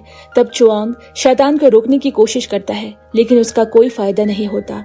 तब आखिरी वक्त में सोहेन वहां पहुंचकर उसे पीछे से टीजर गन से शॉक देती है और तब हमें पता चलता है कि सोहेन को जब भूतों ने कमरे में बंद कर दिया था तब वो खिड़की से कूदकर बाहर आ गई थी और अब जैसे ही शैतान चुआंग पर हमला करने वाला था तभी सोहेन चुआंग को जोर से गले लगा लेती है और उनके आसपास एक तिलस्मी कवच तैयार हो जाता है, जिससे चुआंग को अपनी पुरानी शक्तियों के बारे में याद आ जाता है और उसे उसकी पुरानी शक्तियों के साथ देखकर शैतान काफी ज्यादा घबरा जाता है। तब चुआंग अपनी शक्तियों का इस्तेमाल करके उस शैतान को वापस से उस जार में बंद कर देता है और किलर भी अपने नॉर्मल बॉडी में वापस आ जाता है और वहां से भागने की कोशिश करता है, लेकिन तभी पुलिस वहां पहुंच जाती है और हिशु उसे शूट कर देता है और चुआंग अचानक बेहोश होकर गिर गया और उसे तुरंत हॉस्पिटल एडमिट कराया जाता है, जहां डॉक्टर्स को उसके पल्स नहीं मिल रही थी। ये सुनने के बाद सोहेन रोने लगती है, क्योंकि पहले तो उस फुल मून डे किलर ने उसके पिता को छीन लिया और अब वो चुआंग को भी उसे छीन लेगा। अब इस घटना को 1 महीने गुजर जाते हैं। इधर हिशु को भी पुलिस डिपार्टमेंट में प्रमोशन मिल जाती है, लेकिन वो खुश नहीं है। इधर हम देखते हैं कि चुआंग से गले लगने के बाद सोहेन उन तीनों असिस्टेंट भूतों को देखने लगी है। तभी अचानक से चॉय एक पेंटिंग से बाहर आता है और अब सोहेन उसे भी देख सकती है। जिसके बाद सीन हॉस्पिटल रूम में शिफ्ट होता है, जहां चॉय को पता लगता है कि चुआंग ने पिछले 1 महीने से अपनी आंखें नहीं खोली। और जब चॉय को उस दिन क्या क्या हुआ इस बारे में पता चलता है, तब उसे एहसास हुआ कि सोहेन की वजह से चुआंग की पिछली जिंदगी की जादू शक्तियां वापस आ गई है और उसी की बदौलत वो शैतान को कैद कर पाया था। जिसके बाद वो डॉक्टर से चुआंग की हालत के बारे में पूछता है। तब उसे बताया जाता है कि वो एक ऐसे स्टेट में है जहां उसका ब्रेन डेड नहीं है, लेकिन वो किसी लंबे सपने में है जहां से वो बाहर नहीं आ पा रहा है। और हमें तब चुआंग की पास्ट लाइफ को दिखाया जाता है, जब चुआंग अपने जादू की मदद से बारिश कराकर पानी की समस्या को दूर करने की कोशिश कर रहा था, जिससे कि राज्य के लोगों की बहुत बड़ी समस्या का हल हो जाता है। जिसके बाद चुआंग प्रिंसेस के साथ गरीब लोगों की मदद करने जाता है, जहां मदद के दौरान उनका सारा सामान खत्म हो गया, लेकिन एक लड़की अभी भी बाकी थी। तब प्रिंसेस ने अपनी अंगूठी उतार कर उसे दे दी, जो कि उसकी माँ ने मरने से पहले उसे दिया था। और राजकुमारी की इस मेहरबानी से गांव के सभी लोग बहुत खुश होते हैं। घर वापस आने के बाद चुआंग खुद से राजकुमारी के लिए एक नई अंगूठी तैयार करके उसे तोहफे के रूप में देता है और बदले में राजकुमारी भी उसे एक रुमाल तोहफा देती है। और जब चुआंग राजकुमारी को अंगूठी पहना रहा होता है, तब राजकुमारी को लगता है कि शायद चुआंग भी उसे पसंद करता है। दूसरी तरफ चुआंग की असाधारण क्षमताओं ने उसे दरबार के अधिकारियों के लिए कांटा बना दिया था और वो उसे अपनी शक्तियों को जंग में भी इस्तेमाल करने के लिए धमकाते हैं। लेकिन चुआंग उन्हें ऐसा करने से मना कर देता है, क्योंकि उसने कसम खाई थी कि वो अपनी शक्तियों को अच्छे काम के लिए इस्तेमाल करेगा। ये सुनकर अधिकारियों को गुस्सा आ जाता है, जिसके बाद अधिकारी अपने पड़ोसी दुश्मन देश को चुआंग की दिव्य शक्तियों के बारे में खबर भेज देते हैं। इस दौरान हांगरियों का राजकुमार हेजिन राजा की गद्दी को अपने कब्जे में करने की तैयारी कर रहा था और तब उसे अधिकारियों द्वारा भेजा गया खत मिलता है, जिसे पढ़ने पर उसे चुआंग की अद्भुत शक्तियों का पता चला, जो उसके लिए बहुत बड़े खतरे की निशानी थी। लेकिन उसे खत पे लिखी गई बातों पर यकीन नहीं होता, इसीलिए वो चुआंग की शक्तियों को करीब से देखने के लिए जाता है और उसे देखकर ही उसे उस बात पर यकीन होता है। और साथ ही राजकुमारी को देखकर उसके मन में मुल्क पर हमला करने की और ज्यादा प्रबल इच्छा जाग जाती है। जिसके बाद हम चुआंग को देखते हैं। उसे ख्याल आता है कि शायद वो राजकुमारी के लिए दुर्भाग्य है और तभी राजकुमारी से बहाना बनाते हुए कहता है कि वो उसके काबिल नहीं और उसे वहाँ से चले जाने को कहता है।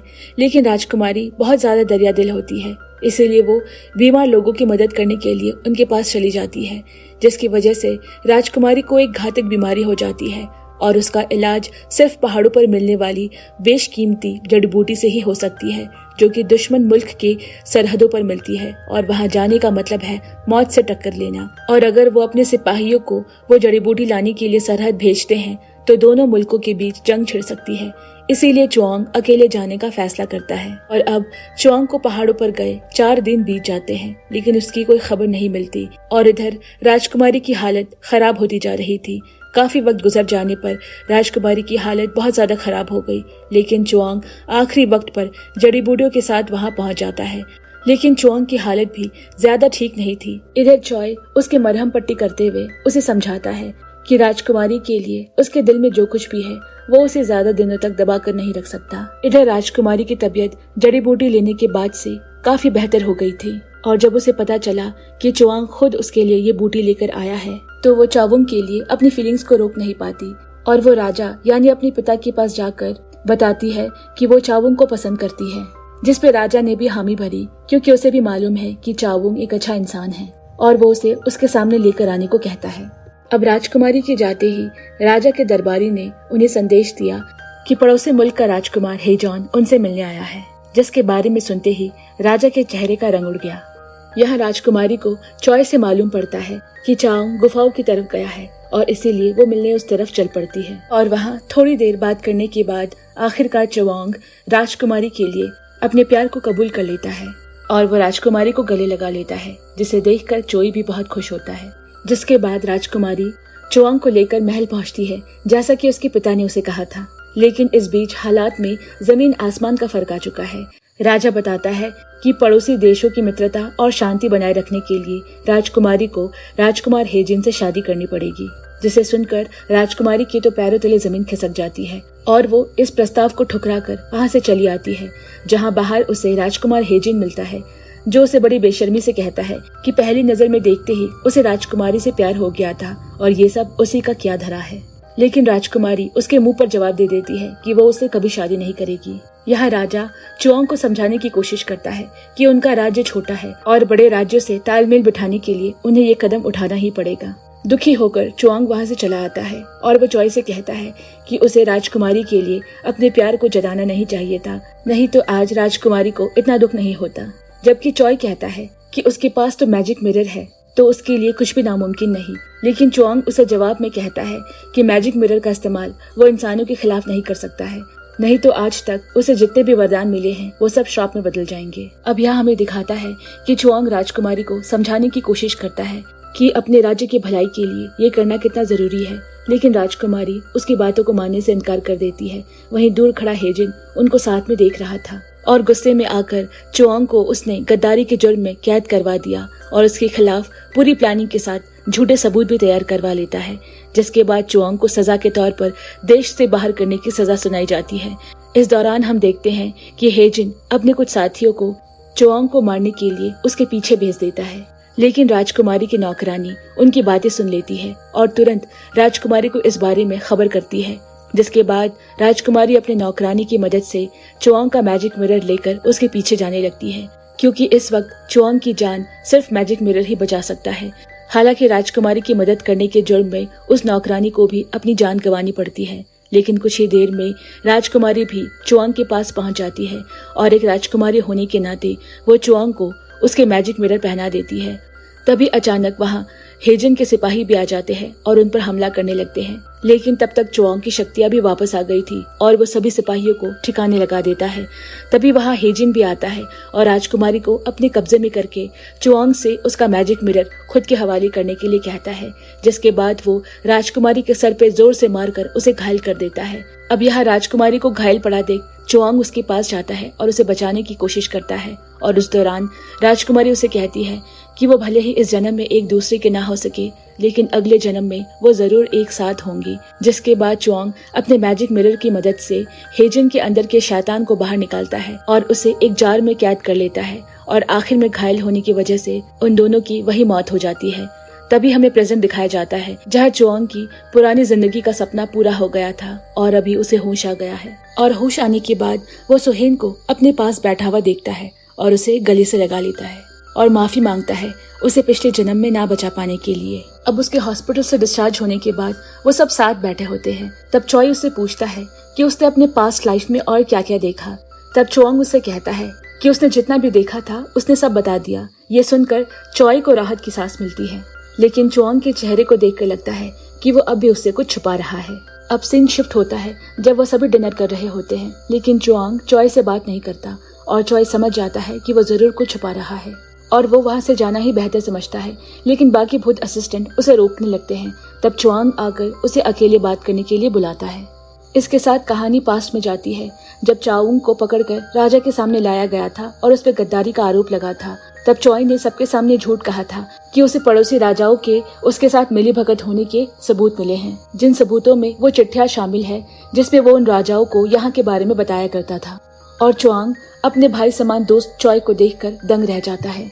तब हमें पता चलता है कि दरअसल ये काम चॉय के भाई ने किया था और उसे ही बचाने के लिए उसने हेजिन से हाथ मिला लिया और अपने दोस्त चुआंग के खिलाफ गवाही दी। लेकिन जब वो मौकाए वारदात पर पहुंचा और वहां उसने राजकुमारी और चुआंग को मरा देखा तो उसने खुद को भी मार डाला, लेकिन उसके पापों की वजह से उसे दोबारा जन्म नहीं मिला।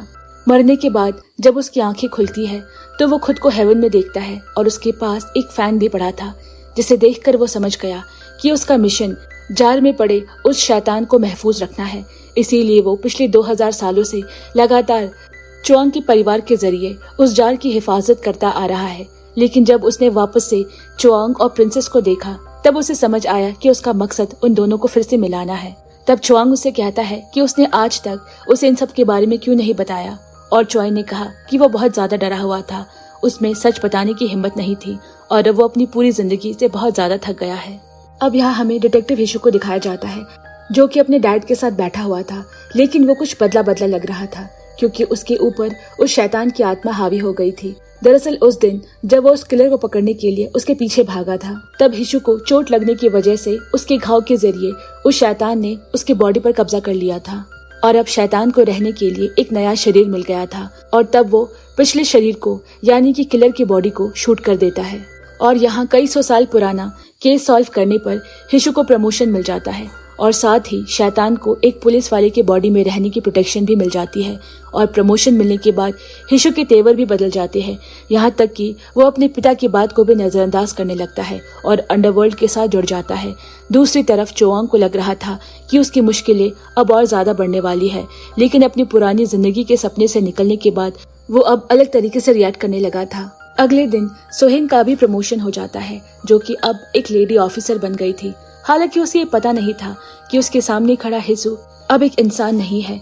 इसी दौरान हम चुआंग को देखते हैं जो अपने तीनों असिस्टेंट के साथ एक लेडी घोस्ट को पकड़ने के लिए जाता है, लेकिन तभी वो लेडी घोस्ट उल्टा उन सब को डराने के लिए उनके पीछे भागने लगती है। तभी डोंगची भागते हुए गिर जाता है और इतने में वो लेडी घोस्ट उसके पास आ जाती है। अब डर के मारे डोंगची उसका खूबसूरत चेहरा देखकर उसे नियान कहकर पुकारता है और तब हम देखते हैं कि 5 साल पहले नियान ने एक हेयर सैलून खोला था जहां डोंगची आता रहता था और इस दौरान वो दोनों एक दूसरे को पसंद करने लगे थे और रिलेशनशिप में आ गए थे। हालांकि डोंगची को नियान का प्यार तो मिला, लेकिन वो अपनी लाइफ में खुश नहीं था और गैंगस्टर होने की वजह से वो नियान को ज्यादा समय नहीं दे पाता था। तब नियान उसे कहती थी कि अभी भी टाइम है, उसे ये सब छोड़ देना चाहिए। इसीलिए वो अपने बॉस के पास जाता है और उसे कहता है कि वो सब कुछ छोड़ना चाहता है क्योंकि उसे किसी से प्यार हो गया है और अब बाकी की जिंदगी वो उसके साथ बिताना चाहता है। लेकिन उसका बॉस डोंगची को फ्री करने से पहले उसे डोंग सॉन्ग गैंग के नाइट क्लब पर कब्जा करने के लिए कहता है, जिसके बाद वो हमेशा के लिए फ्री हो जाएगा। इसीलिए वो डोंग सॉन्ग के क्लब पर कब्जा करने चला जाता है और अपने बॉस के दिए काम को पूरा कर देता है। और अब डोंगची अपने बॉस से फ्री हो गया था, जिसके बाद वो कुछ फूल और गिफ्ट्स लेकर नियान से मिलने के लिए जाता है। लेकिन जैसे ही वो नियान के पास पहुंचा, तभी एक बाइक सवार पीछे से आकर उसे चाकू से हमला कर देता है, जिससे डोंगची बुरी तरह घायल हो गया था। और अब प्रेजेंट में डोंगची बताता है कि काफी दिनों तक कोमा में रहने के बाद उसकी मौत हो गई।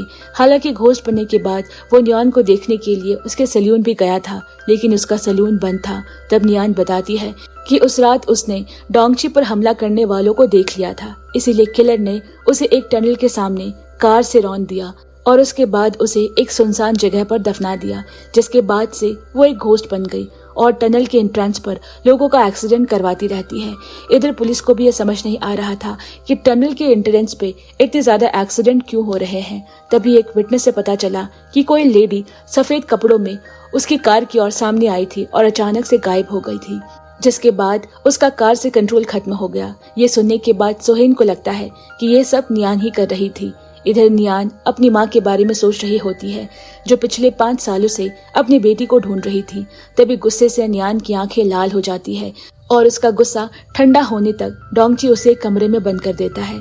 उस दौरान डोंगची सबसे कहता है कि उन्हें कैसे भी करके उसके हत्यारे को ढूंढना होगा, नहीं तो वो एक बुरी आत्मा में बदल जाएगी। कुछ देर बाद नियान का गुस्सा कम होने पर सोहेन उसे किलर के बारे में पूछती है। तब नियान उसे बताती है कि उसने खुद को किलर से बचाते समय उसके बाल खींचे थे और उसके चेहरे पर एक निशान भी था। और अब किलर के बारे में जानने के बाद सोहेन का शक सीधा गैंग के बॉस पर जाता है, लेकिन उसके खिलाफ सबूत ढूंढने के लिए उन्हें सबसे पहले नियान की बॉडी को ढूंढना था। इसलिए वो नियान की मदद से उस जगह जाते हैं जहां उसकी बॉडी दफन थी। लेकिन जैसे ही वो उस जगह पहुंचने वाले होते हैं, तभी उन्हें पीछे से एक कार टक्कर मार देती है, जिसे डोंगची का बॉस चला रहा था। और हम देखते हैं कि हिशु यानी कि शैतान ने ही डोंगची के बॉस को चुआंग को मारने के लिए भेजा था और टक्कर लगने की वजह से चुआंग की कार पहाड़ी के किनारे पहुंच गई थी। इसीलिए डोंगची का बॉस चुआंग को पहाड़ी से गिराने के लिए उसकी कार को ढकेलना शुरू कर देता है, लेकिन चुआंग की कार अपनी जगह से बिल्कुल नहीं हिलती क्योंकि चॉय वहां पहुंच गया था, जो उसकी कार को नीचे गिरने से रोक रहा था। ये देखकर डोंगची का बॉस वापस से कार को पीछे करके दोबारा टक्कर मारने की कोशिश करता है, लेकिन इस बार डोंगची उसके कार को आगे बढ़ने नहीं देता। डोंगची को अपने सामने देखकर वो डर कर वहां से भागने लगता है। तभी अचानक उसके सामने नियान आ जाती है और उसे बदला देने लगती है। लेकिन डोंगची नहीं चाहता था कि नियान अपने हाथ को खून से रंगे, इसीलिए वो अपनी गर्लफ्रेंड का बदला लेने के लिए खुद ही अपने बॉस को मारने लगता है। तभी चुआंग वहां पहुंच जाता है और उसे रोकने की कोशिश करता है, लेकिन डोंगची हद से ज्यादा गुस्सा था, इसीलिए वो दोबारा अपने बॉस को मारने के लिए पत्थर उठा लेता है। तभी चुआंग खुद डोंगची के सामने आकर उसे समझाने की कोशिश करने लगता है और चुआंग के समझाने पर डोंगची का गुस्सा शांत हो जाता है। वो रोते हुए कहता है कि उसकी गलती की वजह से नियान की जान चली गई। डोंगची को गुस्से में देखकर नियान अपना गुस्सा भूल जाती है और उसे कहती है कि तुम्हें किसी बात का कोई पछतावा नहीं करना चाहिए। जब तक तुम मेरे साथ हो मुझे किसी बात का दुख नहीं। उस दौरान चुआंग का एक्सप्रेशन देखकर चॉय को लगता है कि शायद उसने एक बार फिर उसका भरोसा जीत लिया है। जिसके बाद डोंगची के बॉस को मर्डर केस में जेल भेज दिया गया और अपने बेटी के इंसाफ के लिए लड़ रही माँ की कई सालों की मेहनत रंग लाती है। तब हम नियान की माँ को सोहेन के साथ देखते हैं, जो उनका हाथ पकड़कर उसे धन्यवाद कर रही है और साथ ही रोते हुए अपनी बेटी को खोने का दर्द भी बयां कर रही है। हालांकि नियान भी वही मौजूद होती है और उनसे कहती है कि उसे अफसोस है कि वो इस तरह उन्हें बिना बताए इस दुनिया से चली गई, और रोते हुए सोचती है कि उसकी माँ अकेली कैसे रहेगी। जिस पर नियान की माँ उनसे कहती है कि उन्हें खुद का ख्याल रखना होगा, तभी उनकी बेटी को शांति मिलेगी। तब सोहेन सोचती है कि अगर दोनों तरफ से प्यार किया जाए तो वो एक दूसरे की ताकत बनकर उभरते हैं, और उसे ये भी पता चलता है कि वो इस लाइफ का कर्ज चुकाने के लिए अगली लाइफ का इंतजार नहीं कर सकते। अपनी माँ को गुड बाय कहने के बाद नियान और डोंगची एक दूसरे से शादी करने की बात करते हैं। हालांकि जिंदगी रहते हुए वो शादी नहीं कर पाए, लेकिन मरने के बाद तो कर सकते हैं। ये सुनकर वहाँ बैठे सभी लोग उनकी तारीफ करने लगते हैं। अब चुआंग उन सबको एक नए एम्प्लॉय के आने के बारे में इन्फॉर्म करता है, जो कि चॉय है। हालांकि इस बार वो उनका सलाहकार ना होकर किसी आम एम्प्लॉय की तरह काम करेगा और बाकी सभी उसके सीनियर होंगे। जिसके बाद वो तीनों भूत असिस्टेंट मिलकर चॉय की खिंचाई करते हैं। इधर डोंगची नियान को डेट पर ले जाता है, जहां वो उसे प्रपोज करने के लिए हाथों के रिंग से उसे मैजिक ट्रिक दिखाने लगता है। उधर सोहेन और चुआंग भी उन दोनों को दूर से बैठकर देख रहे थे, और तभी चुआंग भी उसे रिंग वाले ट्रिक दिखाने के बहाने प्रपोज कर देता है और वो दोनों एक दूसरे को किस करते हैं। यहाँ हम चॉय को देखते हैं, जो अपने वर्च्यू फैन को तेज रोशन होते हुए देख रहा था। तब वो बाकी 3 घोस्ट को बताता है कि चुआंग को जल्द ही निर्वाणा मिल जाएगा। इसका मतलब कि वो भूतों को देखने की दिव्य शक्तियाँ खो देगा, और साथ ही तीनों घोस्ट को फिर से एक नया जीवन दान मिलेगा।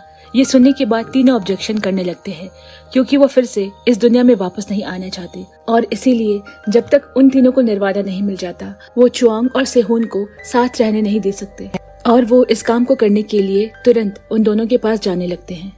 और जैसे ही सेहून चुआंग को थैंक यू बोलने वाली होती है, तभी वो तीनों घोस्ट आकर उसे बोलने से रोक देते हैं, जिससे चॉय के वर्च्यू फैन की रोशनी बढ़ने से रुक जाती है। और उसके बाद तीनों घोस्ट चुआंग को वो हर काम करने से रोक देते हैं जिस पर सेहून उसे थैंक यू बोलती। दूसरी तरफ चुआंग भी उनसे अलग नहीं होना चाहता था, इसीलिए वो सेहून को थैंक यू बोलने का मौका ना देने की कोशिश करता। हालांकि वो उससे गलत तरीके से बात करना भी शुरू कर देता है, लेकिन वो सब करके उसे सिर्फ दर्द और पछतावा ही हो रहा था। इस दौरान हम चॉय को एक और भूत असिस्टेंट से बात करते हुए देखते हैं, जिसका नाम एरम है। वो उसे पूछता है कि क्या उसकी कोई ख्वाहिश है जो वो पुनर्जन्म से पहले पूरा करना चाहती हो। तब एरम ने उसे मरने से पहले की जिंदगी के बारे में बताया। उसके पैरों में पोलिया होने की वजह से उसके पेरेंट्स ने उसे बचपन में ही छोड़ दिया था, तो कुछ भले लोगों ने उस वक्त उसकी मदद की, इसीलिए वो बड़ी होकर मेहनत कर कर उनके लिए कुछ करना चाहती थी। मगर अफसोस जिंदगी ने उसके पैर तो पहले ही छीन लिए थे, और अब कमरे में आग लगने से उसकी जिंदगी भी छिन गई। उस वक्त एरम अपने आप को सबसे ज्यादा लाचार समझती है और जोर जोर से मदद की गुहार लगाती है, मगर दम घुटने से उसकी वही मौत हो गई। और मरने के बाद उसे गेम्स और कार्टून देखने का शौक चढ़ गया, इसीलिए वो जोजो की तरह एक सुपर हीरो बनना चाहती थी, जो कि एक कार्टून होता है। लेकिन चॉय को जोजो के बारे में नहीं पता होता, इसीलिए उसे लगता है कि शायद वो जोजो का किरदार निभाना चाहती हो। जिसके बाद चुआंग और चॉय मिलकर प्लान बनाते हैं कि अगले सैटरडे को होने वाले चैरिटी इवेंट में एरम को जोजो का किरदार निभाने दिया जाएगा। उन दोनों की बात सुनकर एरम काफी ज्यादा एक्साइटेड हो जाती है और इवेंट के लिए ड्रेस ऑर्डर करती है, और साथ ही सोहेन को उसकी आवाज डब करने के लिए राजी कर लेती है। अगले दिन जब चुआंग सोहेन को ढूंढने के लिए पुलिस स्टेशन जाता है, तब वहाँ उसे हिशु मिलता है, जिसके अंदर फिलहाल शैतान छुपा हुआ था। तो वो उसे कहता है कि मेरी गर्लफ्रेंड ने तुम्हारे बारे में बताया था कि कुछ ही दिनों पहले तुम्हारा प्रमोशन हुआ है। ये सुनने के बाद हिशु को बहुत ज्यादा गुस्सा आता है और वो उस पर मैजिक ट्रिक यूज करने का सोचता है, लेकिन तभी वहाँ चॉय पहुंच जाता है, जिसे देखकर शैतान शांत हो गया। लेकिन चॉय को हिशु को देखकर कुछ तो गड़बड़ लग रही थी। लेकिन उस वक्त चॉय चुपचाप वहाँ से सीधा सोहेन से अकेले मिलने चला जाता है और फिर चॉय उससे चुआंग का ख्याल रखने को कहती है, क्योंकि फ्यूचर में घोस्ट भी उसका साथ नहीं होंगे और उसकी मैजिक ट्रिक भी काम करना बंद कर देगी। तब सोहेन उसे अपने ऊपर छोड़ देने को कहती है। अब चैरिटी इवेंट का दिन भी आ गया, इसीलिए चुआंग इवेंट डायरेक्टर से मिलने के लिए उसके ऑफिस जाता है। दूसरी तरफ तीनों घोस्ट इवेंट में परफॉर्म करने के लिए तैयार होने लगे, लेकिन तभी वहाँ हिशु पहुंचकर चुआंग और उस इवेंट डायरेक्टर को रूम में लॉक कर देता है। यहाँ सारे बच्चे जोजो का इंतजार कर रहे थे। तब हिशु अपनी शक्तियों का इस्तेमाल करने लगता है। सोहेन और घोस्ट को वहाँ हो रही गड़बड़ी देखकर सभी बच्चे को वहाँ से बाहर निकालने लगते हैं, लेकिन तभी आग लग जाती है और चारों तरफ धुएं को देखकर आराम को अपनी पिछली जिंदगी के हादसे की याद आ जाती है, जो उसके लिए सबसे डरावना हादसा था। तभी अचानक उसे अपने पीछे से किसी बच्चे के चीखने की आवाज आती है। इधर चुआंग अभी भी डायरेक्टर वाले रूम में बंद था। हालांकि सोहेन हिशु के साथ बाहर निकल आई थी, लेकिन चुआंग को बचाने के लिए वो फिर से अंदर की तरफ दौड़ कर जाने लगती है। लेकिन तभी चुआंग किसी तरह कमरे से बाहर आ जाता है, लेकिन अभी भी आरम उस बच्ची के साथ अंदर फंसी हुई थी। तब वो किसी तरह उसे सीढ़ियों के सहारे नीचे ले जाने की कोशिश करती है, लेकिन आग ज्यादा तेज होने लगी थी, इसीलिए वो सीधा खिड़की से कूदने का फैसला करती है। हालांकि उसे पता था कि वो बच्ची कूद नहीं सकती। तब वो उसका हौसला बढ़ाती है और उसे जोजो के बारे में बताती है और अचानक से आरम उस बच्ची को अपने हाथों में लेकर नीचे छलांग लगा देती है और आखिरकार वो उस बच्ची को बचा ही लेती है, जिसे देखकर सारे बच्चे और टीचर्स ताली बजाने लगते हैं। हालांकि उस हादसे की खबर मीडिया तक भी पहुंच जाती है, जिसमें चुआंग सबको बताता है कि हर इंसान के अंदर एक सुपर हीरो छुपा हुआ होता है। अब चुआंग सेहोन को घर छोड़ने जाता है और जाने से पहले उसे हक करता है, लेकिन वहीं खड़ा हिशु उन दोनों को देख रहा होता है और चुआंग के चले जाने के बाद वो चुपके से सेहोन के घर में घुस आता है, जबकि सेहोन उसे इस वक्त यहाँ देखकर चौंक जाती है और वो उसे जबरदस्ती किस कर लेता है। तब सेहोन उसे धक्का देते हुए कहती है कि वो चावुंग के साथ रिलेशनशिप में है, जिसे सुनने के बाद हिशु बौखला जाता है और कहता है कि वो नहीं चाहता था कि वो चुआंग को मारे, लेकिन वो ही बीच में आ गया। अब ये सारी बातें सुनकर सेहोन उसे उल्टा सवाल करती है, लेकिन वो चुपचाप वहाँ से भाग जाता है। अब अगले सीन में हम देखते हैं कि उनका तीसरा असिस्टेंट भूत सांगियान जानबूझकर अपनी समाधि से बाहर नहीं निकल रहा। तब बाकी घोस्ट मिलकर उसे बाहर निकालते हैं और तब सेहोन उसे बाहर न आने का कारण पूछती है। वो बताता है कि मरने से पहले वो एक ट्रक ड्राइवर था और सुयुन नाम की उसकी एक बेटी थी, जिसे पियानो बजाने का बहुत शौक था और वो स्कूल में कई मेडल्स भी जीत चुकी थी। इसीलिए वो सुयुन से वादा करता है कि वो उसे एक नया पियानो खरीद कर देगा, ताकि वो और भी आगे ज्यादा कंपटीशन जीत सके। तो वो ज्यादा पैसे कमाने के लिए दिन रात मेहनत करने लगा, ताकि वो सुयुन के लिए पियानो खरीद सके।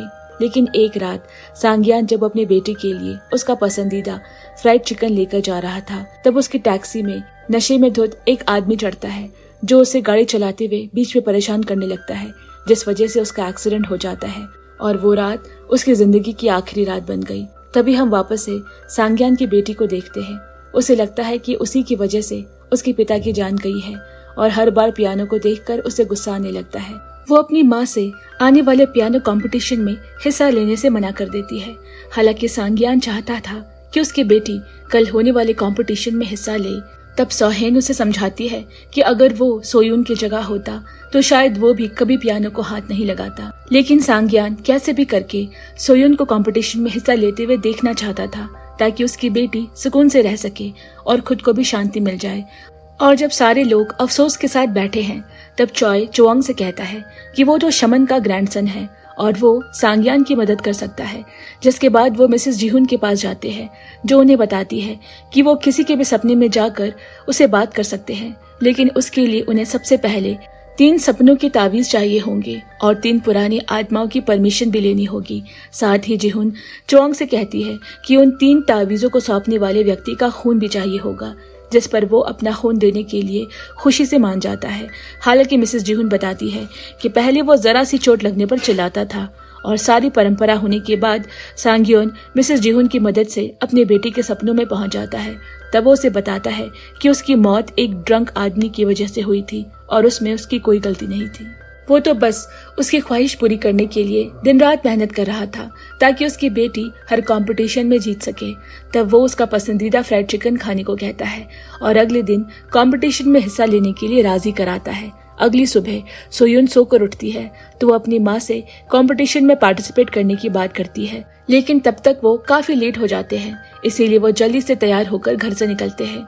हालांकि चुआंग भी रिसीव करने के लिए काफी देर से इंतजार कर रहा था, जिसे देखकर सोयुन और उसकी माँ कंफ्यूज हो जाते हैं कि वो उनका इंतजार क्यों कर रहा है। हालांकि वो उन्हें बिना रीजन बताए कंपटीशन वाली जगह पर ले जाने लगता है, लेकिन कुछ दूर पहुंचने के बाद वो ट्रैफिक में फंस जाते हैं। तब उनकी कार के पास एक बाइक वाला आकर रुकता है जो सोयुन को उसके डेस्टिनेशन तक छोड़ता है, जिसके बाद सोयुन कंपटीशन में पार्टिसिपेट करती है और उस वक्त सोयुन को अपने पिता भी दिखाई देते हैं जो उसके लिए ताली बजाकर उसका हौसला बढ़ा रहे हैं और वो उस कंपटीशन में जीतकर अपने पिता का वादा पूरा करती है। दूसरी तरफ नियान और डोंगची भी शादी करने के लिए रेडी हो रहे थे, क्योंकि दुनिया में रहकर वो शादी नहीं कर पाए, इसीलिए मरने के बाद वो अपने शादी करने के सपने को पूरा करते हैं और हमेशा एक दूसरे के साथ रहने की कसम खाते हैं। तब वहाँ सभी लोग उन्हें ब्लेसिंग देते हैं, जिसके बाद वो सभी साथ बैठकर हंसी खुशी खाना खाने लगते हैं। अचानक से खुशी का माहौल बदलने लगता है। सांग्यान कहता है कि आज का खाना काफी लजीज है और शायद आज के बाद वो दोबारा ना खा पाए। तभी सोहेन देखती है कि एरम और डोंगची भी बहुत कम खाना खा रहे हैं। तब वो उनके लिए मिठाई लेने के लिए उठती है, लेकिन तभी सारे घोस्ट उसे थैंक यू बोलने लगते हैं और कहते हैं कि उन सब के जाने का वक्त आ गया है। उनके ये कहते ही सोहेन की आंखों से आंसू आने लगे। तब चुआंग उनसे कहता है कि वो उनकी लाइफ का सबसे बेस्ट एम्प्लॉइज को कभी नहीं भूलेगा। तब एरम और बाकी सभी उससे गले लगकर अलविदा कहते हैं।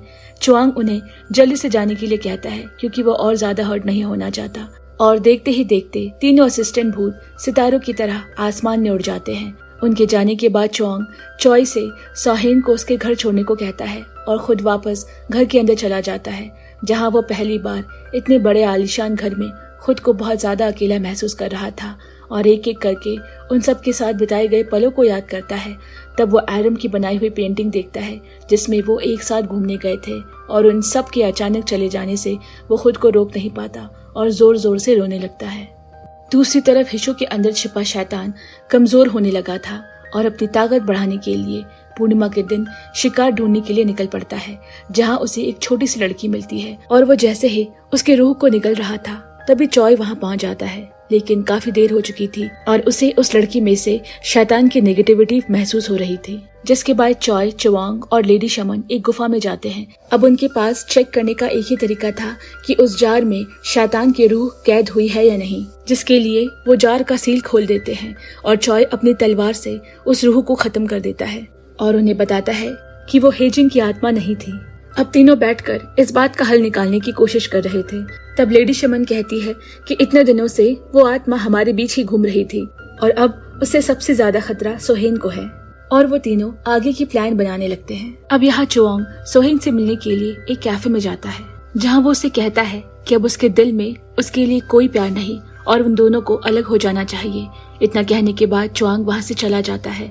अगले सीन में हम देखते हैं कि चाओबुंग उसी गुफा में है जहाँ पर उन्होंने उसी आत्मा को कैद किया था, और थोड़ी देर में चॉय भी वहाँ आ जाता है। वो चॉय को बताता है कि उसने शमन बनने का फैसला कर लिया है, जिससे कि वो उस शैतान को पकड़ सके, और इसीलिए उसने सोहेन को खुद से दूर भेज दिया है, क्योंकि अगर उसे पता चल गया तो वो उसके पास आना चाहेगी, जो उसके लिए खतरे से खाली नहीं होगा। इधर सेहून को कुछ समझ नहीं आ रहा होता, इसीलिए वो लेडी शमन के पास चुआंग के बारे में पूछने के लिए जाती है, लेकिन वो उसे कुछ नहीं बताती। सिर्फ इतना कहती है कि चुआंग ने खुद की तकदीर को अपना लिया है, जो सभी के लिए अच्छा है। और सेहून को वहाँ बैठे रोता देख लेडी शमन की पोती उसके पीछे पुलिस स्टेशन जाती है, जहाँ जाकर वो उसे सारी सच्चाई बता देती है, और ये भी कि चुआंग इस वक्त कहाँ है और ये सारी बातें हिशु के अंदर का शैतान हेजिन भी सुन रहा था और वो ऐसा कभी नहीं होने दे सकता। जिसके बाद सेहोन चुआंग से मिलने के लिए गुफा जाती है।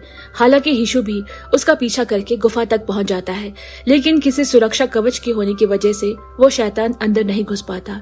इधर चुआंग सोहेन को समझाता है कि आगे बहुत खतरा है और उसकी जान भी जा सकती है, इसीलिए वो उसे अपने साथ शामिल नहीं करना चाहता।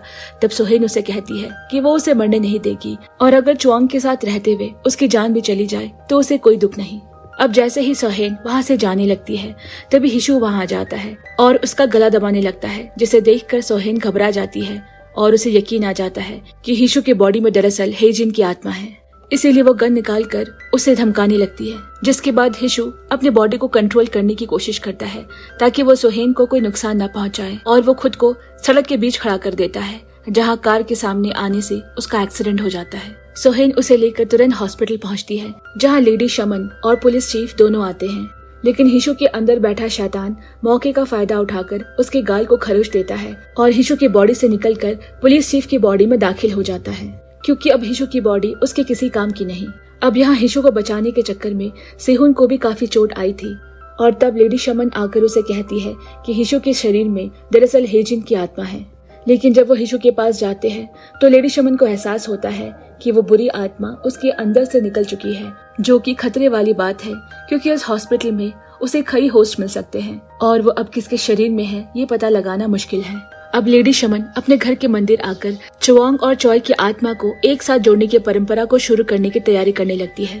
लेकिन तभी वहाँ पुलिस चीफ आ जाता है, जिसे देखकर लेडी शमन समझ जाती है कि वो अब शैतान के वश में है। लेकिन इससे पहले कि वो कुछ कर पाती, शैतान उन्हें मार देता है। कुछ देर बाद चुआंग और चॉय भी वहाँ पहुँचते हैं, जहाँ उन्हें लेडी शमन को मरा हुआ देखकर शौक रह जाते हैं। तभी पुलिस भी वहाँ पहुँच जाती है, जिसे देख पुलिस का पूरा शक चुआंग पर जाता है और वो उसे पकड़कर अपने साथ ले जाने लगते हैं। तब चॉय उसकी मदद करने के लिए उसके हाथ की हथकड़ी खोल देता है और उसे यहाँ से भागकर कुछ दिनों के लिए अपने गांव चले जाने को कहता है। अब जैसे ही चुआंग के भागने की खबर चीफ को पता चली, वो तुरंत उसके खिलाफ अरेस्ट वारंट निकालने को कहता है और मीडिया में भी उसकी फोटो जारी कर देता है। इस दौरान रास्ते में चुआंग की गाड़ी खराब हो जाती है और उसे आगे पैदल ही जाना पड़ता है, जहाँ थकावट और भूख से उसकी हालत खराब थी। तब उसे कुछ लोग मिलते हैं जो उसकी हालत देखकर उसे अपने साथ चलने के लिए कहते हैं। जब चुआंग उन्हें ठीक से देखता है तो उसे वो जाने पहचाने लगते हैं, क्योंकि वो दिखने में बिल्कुल उसके भूत असिस्टेंट जैसे लग रहे थे। और घर पहुंचने के बाद उनके साथ खाना खा रहा होता है, तब उनकी बहन आती है तो उसे देखकर और ज्यादा हैरान हो जाता है, जो बिल्कुल एरम की तरह दिख रही थी। अगले दिन चुआंग फिर से अपने घर की तरफ रवाना होने के लिए तैयार होता है। तब वो लोग उसे कुछ खाने का सामान पैक कर देते हैं और चुआंग उनका शुक्रिया कहते हुए वहाँ से निकल जाता है। काफी लंबा सफर तय करने के बाद चुआंग आखिरकार अपने पुराने दादाजी के घर पहुँचा, जहाँ चॉय और लेडी शमन की पोती उसका इंतजार कर रहे थे, क्योंकि उसे शमन बनाने की परंपरा अभी पूरी नहीं हुई थी। जिसके बाद वो लेडी शमन की आत्मा के मार्गदर्शन में चुआंग को शमन बनाने की परंपरा शुरू करते हैं। और जैसे ही उसके अंदर शमन की शक्तियाँ आ जाती है, वो सोहेन को किसी खतरे में देखता है, इसीलिए उसके पास फौरन जाने के लिए निकल पड़ता है। अब वो जैसे ही सोहेन के पास पहुंचा, वो देखता है कि चीफ बेहोश पड़ा है और उस शैतान ने सोहेन के शरीर को अपने वश में कर लिया है। जिसके बाद उन दोनों के बीच जंग शुरू होती है, लेकिन चुआंग चाह कर भी उस शैतान को खत्म नहीं कर पाता, क्योंकि वो सोहेन के शरीर में होता है। और तब वो शैतान के लिए एक जाल बिछाता है। वो उसे अपने शरीर में आने का न्योता देता है, जिससे कि वो हमेशा सेहोन के साथ रह सकता है। हेजिन को उसका ये आइडिया बहुत पसंद आता है, लेकिन चुआंग के अंदर का चॉय उसे ऐसा करने से मना करता है, मगर वो उसके नहीं सुनता और हेजिन के अपने शरीर में आने के तुरंत बाद वो अपने घाव को एक तलिस्म पेपर से सील कर देता है और हेजिन के अंदर जाने के साथ ही चॉय उसके शरीर से बाहर आ जाता है। जिसके बाद वो चॉय को उसे मार देने को कहता है, ताकि हेजिन की आत्मा हमेशा के लिए उसके साथ मर जाए। जब चॉय ऐसा नहीं कर पाता, तब चावुंग चॉय की तलवार से खुद को मार देता है और उसे गले लगाकर कहता है कि उसने उसे बहुत सर्व कर दिया और अब वो आजाद है। जिसके बाद चॉय की आत्मा हवा में घुल जाती है और अपने आगे के सफर के लिए निकल पड़ती है। और तभी चुआंग के शरीर से उसकी आत्मा निकलकर अतीत में राजकुमारी के सामने प्रकट हो जाती है, जिसे देखकर उसे समझ आता है कि उसकी आत्मा का पुनर्जन्म हुआ है और वो उसे पूछती है कि वो यहाँ क्यों आया है। चुआंग को एहसास होता है कि उस स्पिरिट मिरर ने उसकी आत्मा को राजकुमारी के पास बुलाया है और वो उसे माफी मांगता है कल होने वाले हादसे के लिए, जिसमें वो राजकुमारी को बचा नहीं पाएगा। तब राजकुमारी उसे अगली लाइफ के बारे में पूछती है, क्या वो फिर से मिल पाएंगे, और वो हाँ में जवाब देता है, अगले जन्म में हम दोनों दोबारा से मिलेंगे। जिसे सुनने के बाद वो उसे वापस जाने के लिए कहती है, जिसके बाद वो चुआंग के पीछे जाने के लिए निकल जाती है। हालांकि राजकुमारी को पता था कि वो मर जाएगी, लेकिन फिर भी वो उसके पीछे जाती है और चुआंग को सब्र करने के लिए कहती है कि अगले जन्म में दोबारा मिलने का वादा करती है। और तब सीन वापस प्रेजेंट में शिफ्ट होता है, जहाँ सोहेन उठते ही चुआंग को गले से लगाकर उसे ना जाने के लिए कहती है। तब चुआंग की आत्मा भी वापस आ जाती है और वो दोनों खुशी में और ज्यादा रोने लगते हैं। और हम अगले दिन देखते हैं कि चुआंग अपनी शादी का इनविटेशन देने के लिए उन बूढ़े लोगों के पास जाता है जिन्होंने उसके घर जाते वक्त मदद की थी, लेकिन वहां पहुंचने पर उसे कोई भी नहीं मिलता। तब पड़ोसी लोग बताते हैं कि उस घर में पिछले कई सौ सालों से कोई भी नहीं रह रहा।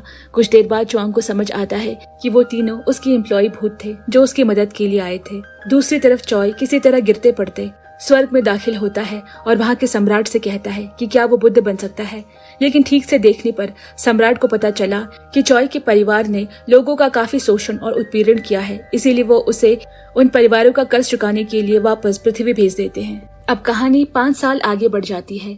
हम चुआंग को देखते हैं जो एक मैजिक परफॉर्मेंस के लिए रेडी हो रहा होता है, यानी कि वो अभी मैजिक करता है लेकिन सही तरीके से। और दूसरी तरफ हम सेहुन को देखते हैं जो पुलिस ऑफिसर की वर्दी में गुंडों की पिटाई कर रही है। तभी उसे किसी का फोन आता है और वो हनी कहते हुए घर की तरफ दौड़ पड़ती है, क्योंकि आज उनके बेटे का जन्मदिन है। और घर पे हम और 3 बच्चों को देखते हैं जो कि अडॉप्टेड है, और उन सब की हरकतें बिल्कुल जानी पहचानी से लगती है, जैसे कि वो उन 3 असिस्टेंट भूतों का पुनर्जन्म हो। अगले सीन में वो सभी एक पार्क में है, जहाँ पर चाबुंग को उन तीनों बच्चों में अपने तीनों भूत एम्प्लॉइज की झलक दिखाई देती है, और वहीं उसका बेटा उसे फ्लाइंग किस करता है जो कि बिल्कुल चॉय की हरकत जैसी लग रही थी। इसका मतलब समय बीतने के साथ वो सारे अब एक जगह इकट्ठे हो गए हैं और खुशी खुशी अपनी आगे की जिंदगी जीते हैं। और इसी के साथ ये के ड्रामा की कहानी यहीं पर खत्म होती है। दोस्तों, अगर आपको ये कहानी पसंद आई हो तो वीडियो को लाइक करें और अपने कमेंट हमसे जरूर शेयर करें। और इसी तरह की कोरियन ड्रामा की कहानियां सुनने के लिए हमारे चैनल को सब्सक्राइब करना बिल्कुल ना भूलें। तब तक के लिए बाय बाय फ्रेंड्स।